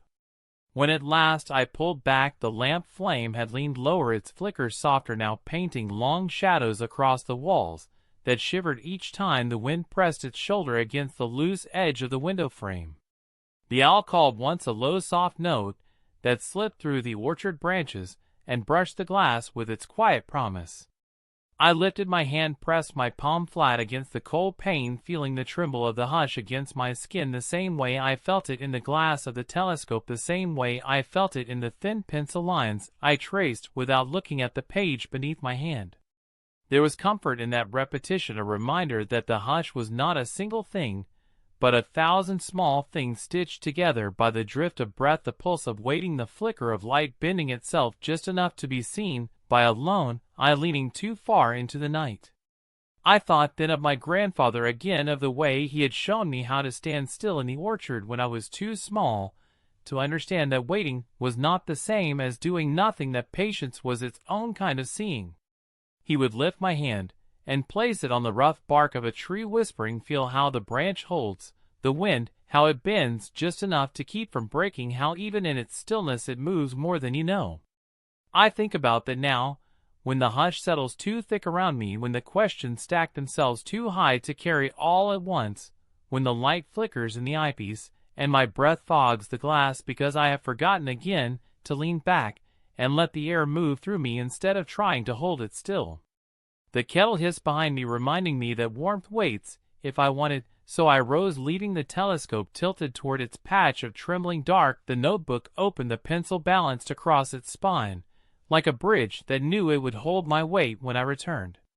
I poured the tea slowly, feeling the steam lift across my face, catching in the thin strands of hair that always slipped loose when the night leaned deep enough to soften the edges of my own tired shape. I carried the mug back to the window, standing there for a while, not drinking, just letting the hush press against my side, like a friend who does not speak but stays close enough that the silence does not feel so wide. I traced a circle in the fog my breath left behind, pressing my fingertip into the cold glass until it felt almost warm from the pulse beneath my skin. I wondered then what the stars would say if they could slip their flicker into words, whether they would tell me that distance was only a trick of light, or that the tremble I chased night after night was not a flaw but a promise, that nothing stays untouched, that every beam bends at least once before it finds its end. I did not write that down, I let it live instead in the hush that held the orchard and the lab and the slow swirl of steam rising from the mug I did not lift to my lips. When at last I turned back to the telescope, I did not lean in right away. I sat instead with the quilt around my shoulders, my hands wrapped around the cooling mug, and my eyes tracing the soft edge of the eyepiece, where the glass caught the faint glow of the lamp and turned it into a tiny trembling star of its own. I thought maybe that was enough for tonight, to know that the hush was here, to know that the flicker would wait for me when I was ready to press my breath against the glass again, to trust the tremble to remind me that the sky never says all it knows at once, that the questions do not close, but drift like the branches outside, tapping their secret language against the walls that hold this small circle of quiet where my breath and my heartbeat and the faint pulse of old light find each other in the dark, and ask nothing but that I stay just a little longer listening. Asked ChatGPT. Morning found its way back in the gentlest way it knew how, not with any grand declaration, but with a slow unthreading of the dark, a gradual lifting of the hush that had kept the sleepy lab wrapped in its loose folds through the long drifting hours. I woke at the desk again, my cheek pressed against the open notebook, the pencil still caught in the valley where 2 pages met, as if it had fallen asleep alongside me, carrying the weight of a thought unfinished. My neck ached where it always did when sleep arrived, not in a bed, but in the lean of my own elbows pressed against paper that held more questions than answers. I stayed like that for a moment longer, eyes closed, listening to the thin creak of the old floor as the walls settled into morning, listening to the kettle ticking faintly where it sat empty on the cold stove, listening to my own breath stitching itself to the slow, steady hush that never truly leaves this place, even when the first pale lines of sun creep through the orchard and find the window glass waiting to catch them. When I lifted my head, my reflection blinked back at me from the window, a faint ghost layered over the shape of bare branches reaching skyward beyond the glass, each twig a thin reminder that nothing stays still, not even the trees, when the wind begins its soft conversation at dawn. I straightened my back, rolled my shoulders once, twice, feeling the stiffness slip away by inches, not all at once, but in slow, patient increments, like light itself crossing the quiet stretch between some distant star and this small circle of warmth I call my own. The kettle needed filling, so I took it to the sink, turning the tap and letting the cold water run longer than necessary, watching the swirl of it catch the first threads of daylight that pooled along the counter's edge.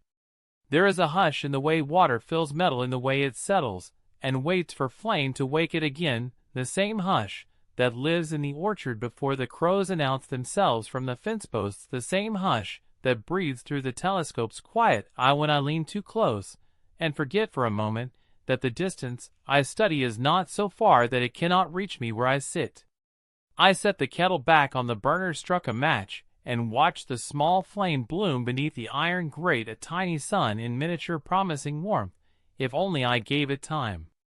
My hands wrapped around the edges of the counter, tapping out a rhythm my grandfather might have recognized, slow, steady, the same way he used to tap the side of the old truck when it wouldn't start, the same way he tapped the rim of his mug when he waited for his coffee to cool enough to drink.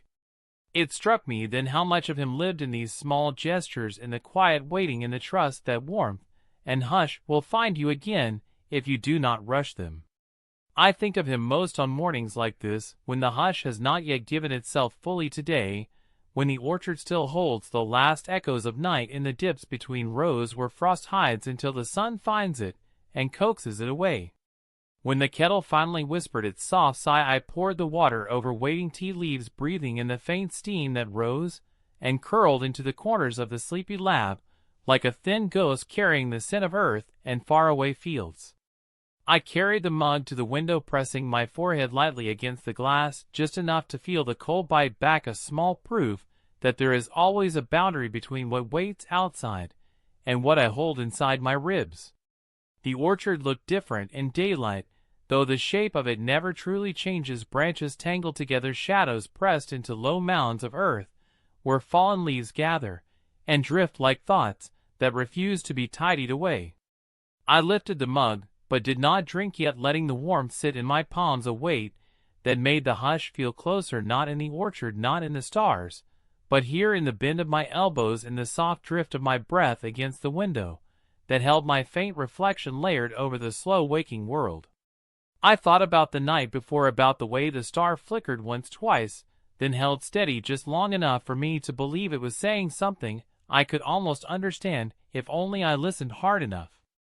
Maybe that is the trick, not listening harder, but softer, letting the hush do the work of carrying what I am not yet ready to hold, letting the tremble in the glass remind me that certainty is not the prize it pretends to be, that some questions do not close, but open wider each time I dare to lean closer.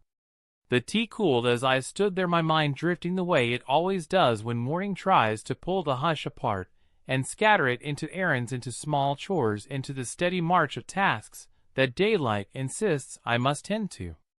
But the hush is stubborn, it clings to the corners of the sleepy lab, it settles in the crack beneath the window frame, it hides in the soft scrape of pencil against paper, in the quiet breath that slips through my teeth when I lift my eye to the telescope and find the patient sky waiting once more. I set the mug down untouched, the tea now little more than lukewarm memory, and crossed to the telescope, brushing my fingers along the brass tube where the lamp's light still clung from the night before. I did not tilt it toward the window, not yet. Instead, I leaned my forehead against its side, feeling the chill seep into my skin, a small anchor that tethered my drifting thoughts back to this patch of old floor, this lab that knows my steps better than I do myself. The notebook lay open still, the line waiting for me. The hush is not outside, but here, a promise folded into the thin paper, like a seed that does not mind the dark, so long as it knows someone remembers to water it now and then. I traced the words with my thumb, pressing just enough to feel the faint ridge where the pencil had pressed too hard when the hush was thickest, when the star flickered, when my breath fogged the eyepiece, and I forgot for a moment that I was only one small watcher leaning too far into a sky that never truly stays still. Outside, a crow called once, a sharp break in the orchard's quiet that made me smile at its certainty, at the way it did not mind splitting the hush wide open so the sun could find its way through the branches and lay itself across the damp earth where frost had already surrendered.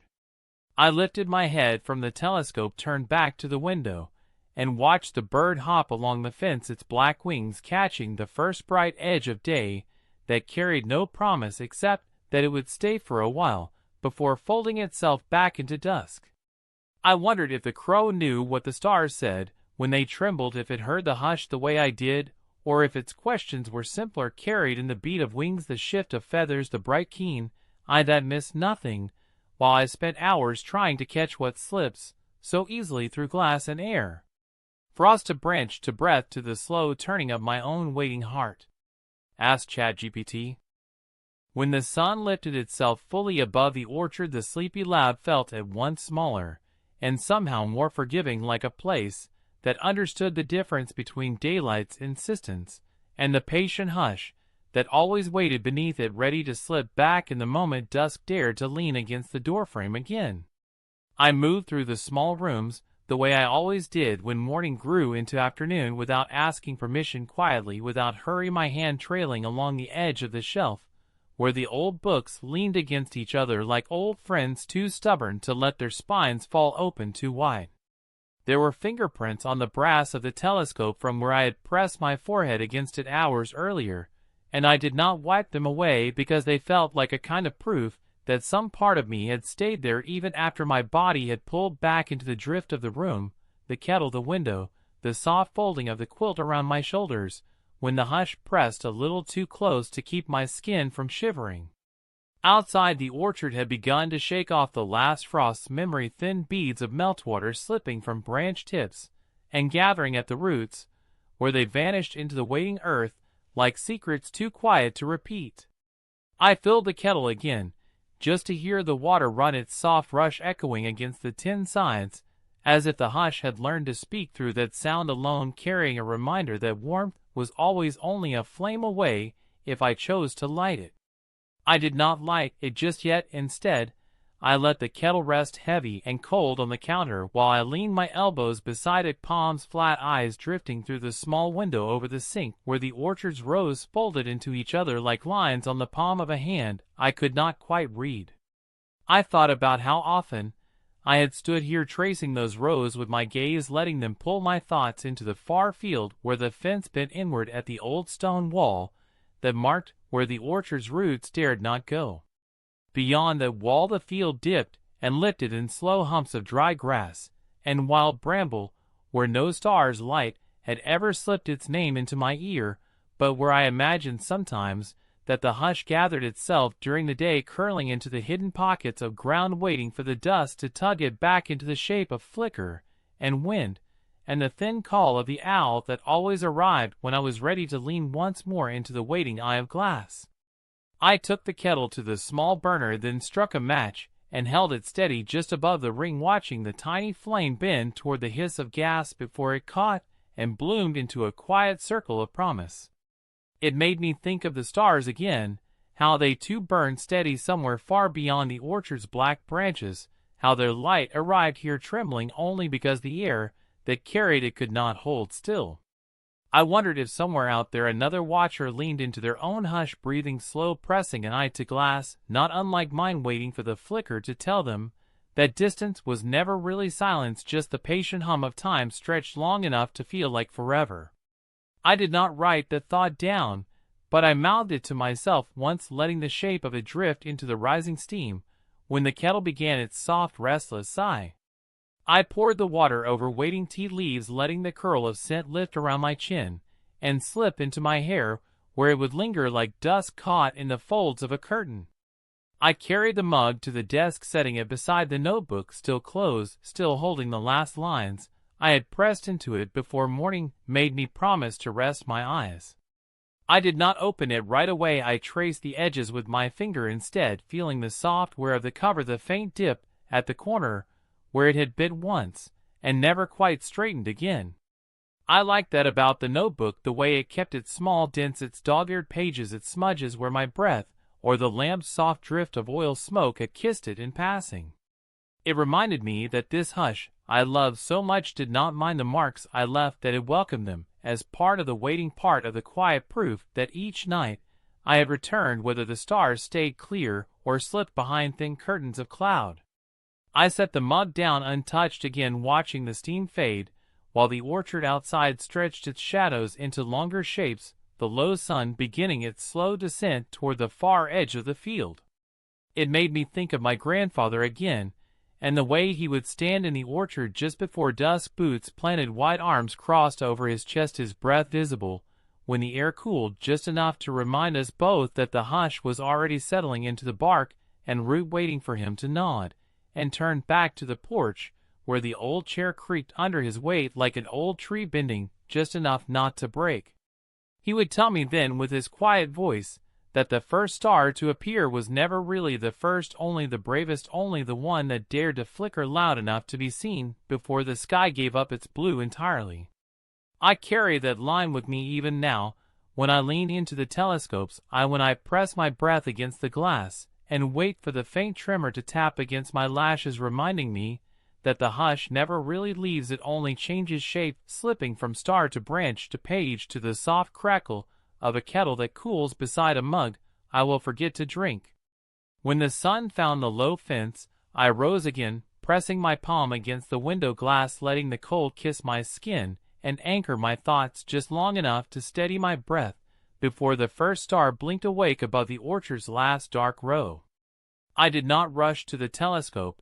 I let it wait for me, patient, as it always was, the brass tube holding the hush in its hollow, the eyepiece catching the faint glow of the lamp where it leaned nearby, still unlit, but ready to hum back to life with the smallest flick of a match.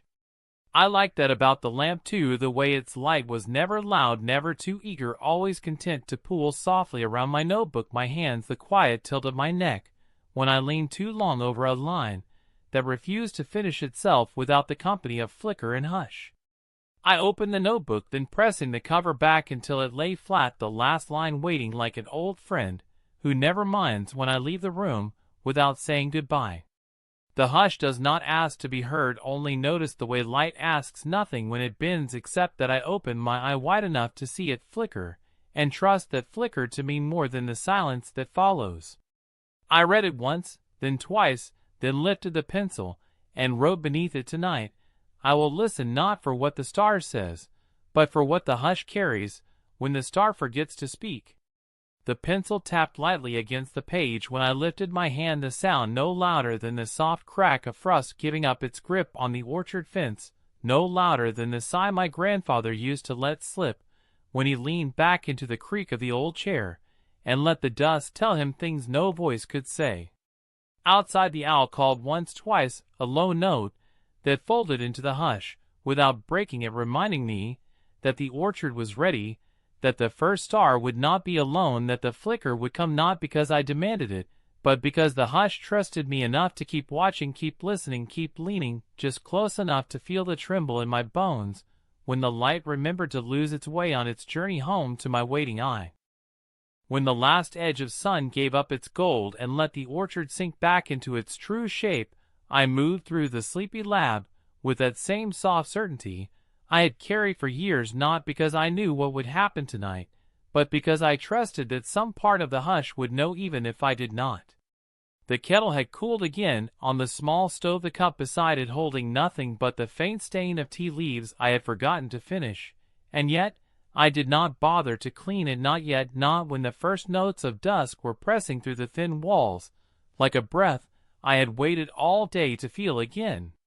I let my hand drift over the back of the chair where the old quilt waited, the same quilt I had pulled around my shoulders so many nights that its edges now carried the faint scent of lamp oil, and the dust of pages turned too late into the dark. Outside, the orchard lay so still it felt for a moment like a drawing pressed against the window, flat and silent, until the wind touched it and reminded me that even the quietest things know how to move if you give them enough darkness to stretch into. I did not light the lamp right away, though my fingers found the matches by habit, brushing the worn edge of the box, as if to test whether I was ready for its circle of warmth yet, or if the hush still needed these few minutes of shadow to settle itself deeper into the corners of the lab. The telescope waited by the window, its brass catching the last faint gleam of dusk, the metal cold where my thumb traced the curve near the eyepiece. A touch I did not rush, because I knew that the glass would hold my breath soon enough, and I wanted to meet it gently, not with a hard press of questions, but with the same slow exhale I gave the orchard each time the owl called out to announce that the night had come back to claim what daylight could never fully own. The owl did call then just once, a low soft note folding over the bare rows of trees, like a blanket laid across old bones, its wings brushing the hush into smaller pieces that drifted under the door and pulled around my boots. I pressed my forehead to the cold glass of the window for a moment, letting the chill slip into my skin, a thin line of wakefulness that anchored me to the shape of my own breath. Beyond the orchard the first stars had begun to declare themselves, not all at once, but one at a time, blinking out of the dark in that slow, patient way that reminded me that light does not hurry, even when we lean too far into it hoping to catch its secrets before they scatter back into the spaces between. I thought of my grandfather then, and how he would stand with his back to the house, his hands tucked deep into his pockets, while he looked at that same trembling sky, pretending not to hear my questions until the hush had done its work and softened them into something smaller, quieter, something worthy of the night's answer. I wondered if he would sit beside me now, if he would nod at the notebook waiting open on the desk, if he would press a rough palm to my shoulder and tell me that the hush was proud of the way I had learned to listen. When I lifted my head, the glass held the faint imprint of my skin, a small ghost of warmth, already fading, so I stepped back and turned to the lamp, striking the match with more care than needed just to watch the spark catch the wick, the tiny flame curling up into itself before spilling its glow across the telescope's brass, the edge of the notebook, the soft folds of the old quilt draped across my chair. I did not sit yet. Instead, I leaned against the desk, tracing my thumb along the pencil that waited where I had left it, its tip dull from the last line I had written hours ago, when daylight still pressed its certainty against the window. I flipped the notebook open with my freehand eyes catching the words that rose from the page without asking to be spoken. Tonight, I will listen not for what the star says, but for what the hush carries when the star forgets to speak. I read it twice, then breathed the words into the hush itself, letting them slip under the soft hum of the kettle's tick as it cooled again on the stove.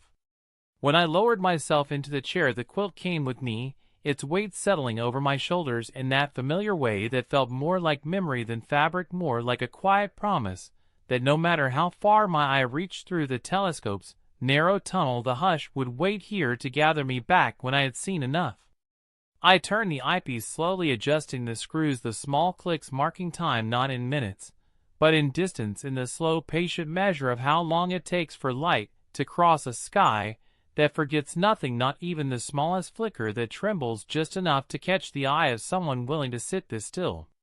When the glass found the first star, my breath caught, not because it was brighter than the rest, but because it danced the way it always did, a tiny pulse of distance made soft by the restless air that could never hold itself perfectly still. I leaned in closer, so close the rim of the eyepiece pressed a faint circle into my skin, and I let it, knowing that when I stood later the mark would stay for a while, proof that I had leaned this far into the hush and let it see me back. I did not write yet. I only watched, letting the flicker do its slow work, bending the hush around my heartbeat until the questions that wanted to press themselves against the glass fell away one by one, replaced by that small truth my grandfather had tried to pass down to me without ever saying it plain, that the flicker is not a message to decode, but a reminder that even light must lose its certainty to find its way home.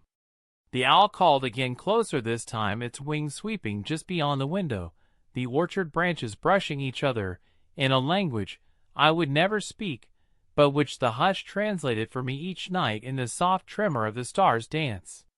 I thought then of the first time I had looked through this same piece of glass, the way my breath fogged it so fast I laughed out loud, my grandfather's hand resting on my shoulder, his voice in my ear telling me to hold my breath and watch, because sometimes the truth waits for you to be silent before it steps out into view. I stayed like that long enough for the lamp's wick to gutter slightly, the flame bending low before straightening itself again in a soft defiance that made me smile into the hush. The pencil slid between my fingers, as if it had always been there, ready to catch whatever words the flicker might leave behind. I wrote slowly, pressing each letter into the waiting page, like a seed tucked into soil. Tonight the hush speaks, not in stars, but in the spaces between, where the tremble forgets itself and finds me listening. I lifted my head just long enough to watch my breath slip past the lamp's circle of light to press itself against the window, where it left no mark, only the faintest drift of warmth folded into the cold, dark orchard that waited for me to lean back into the glass again and remember that the hush is the answer, the question, the flicker, and the hand that holds the match steady when the light returns, just enough to remind me that I am small, that I am here, that I am listening still. Ask ChatGPT.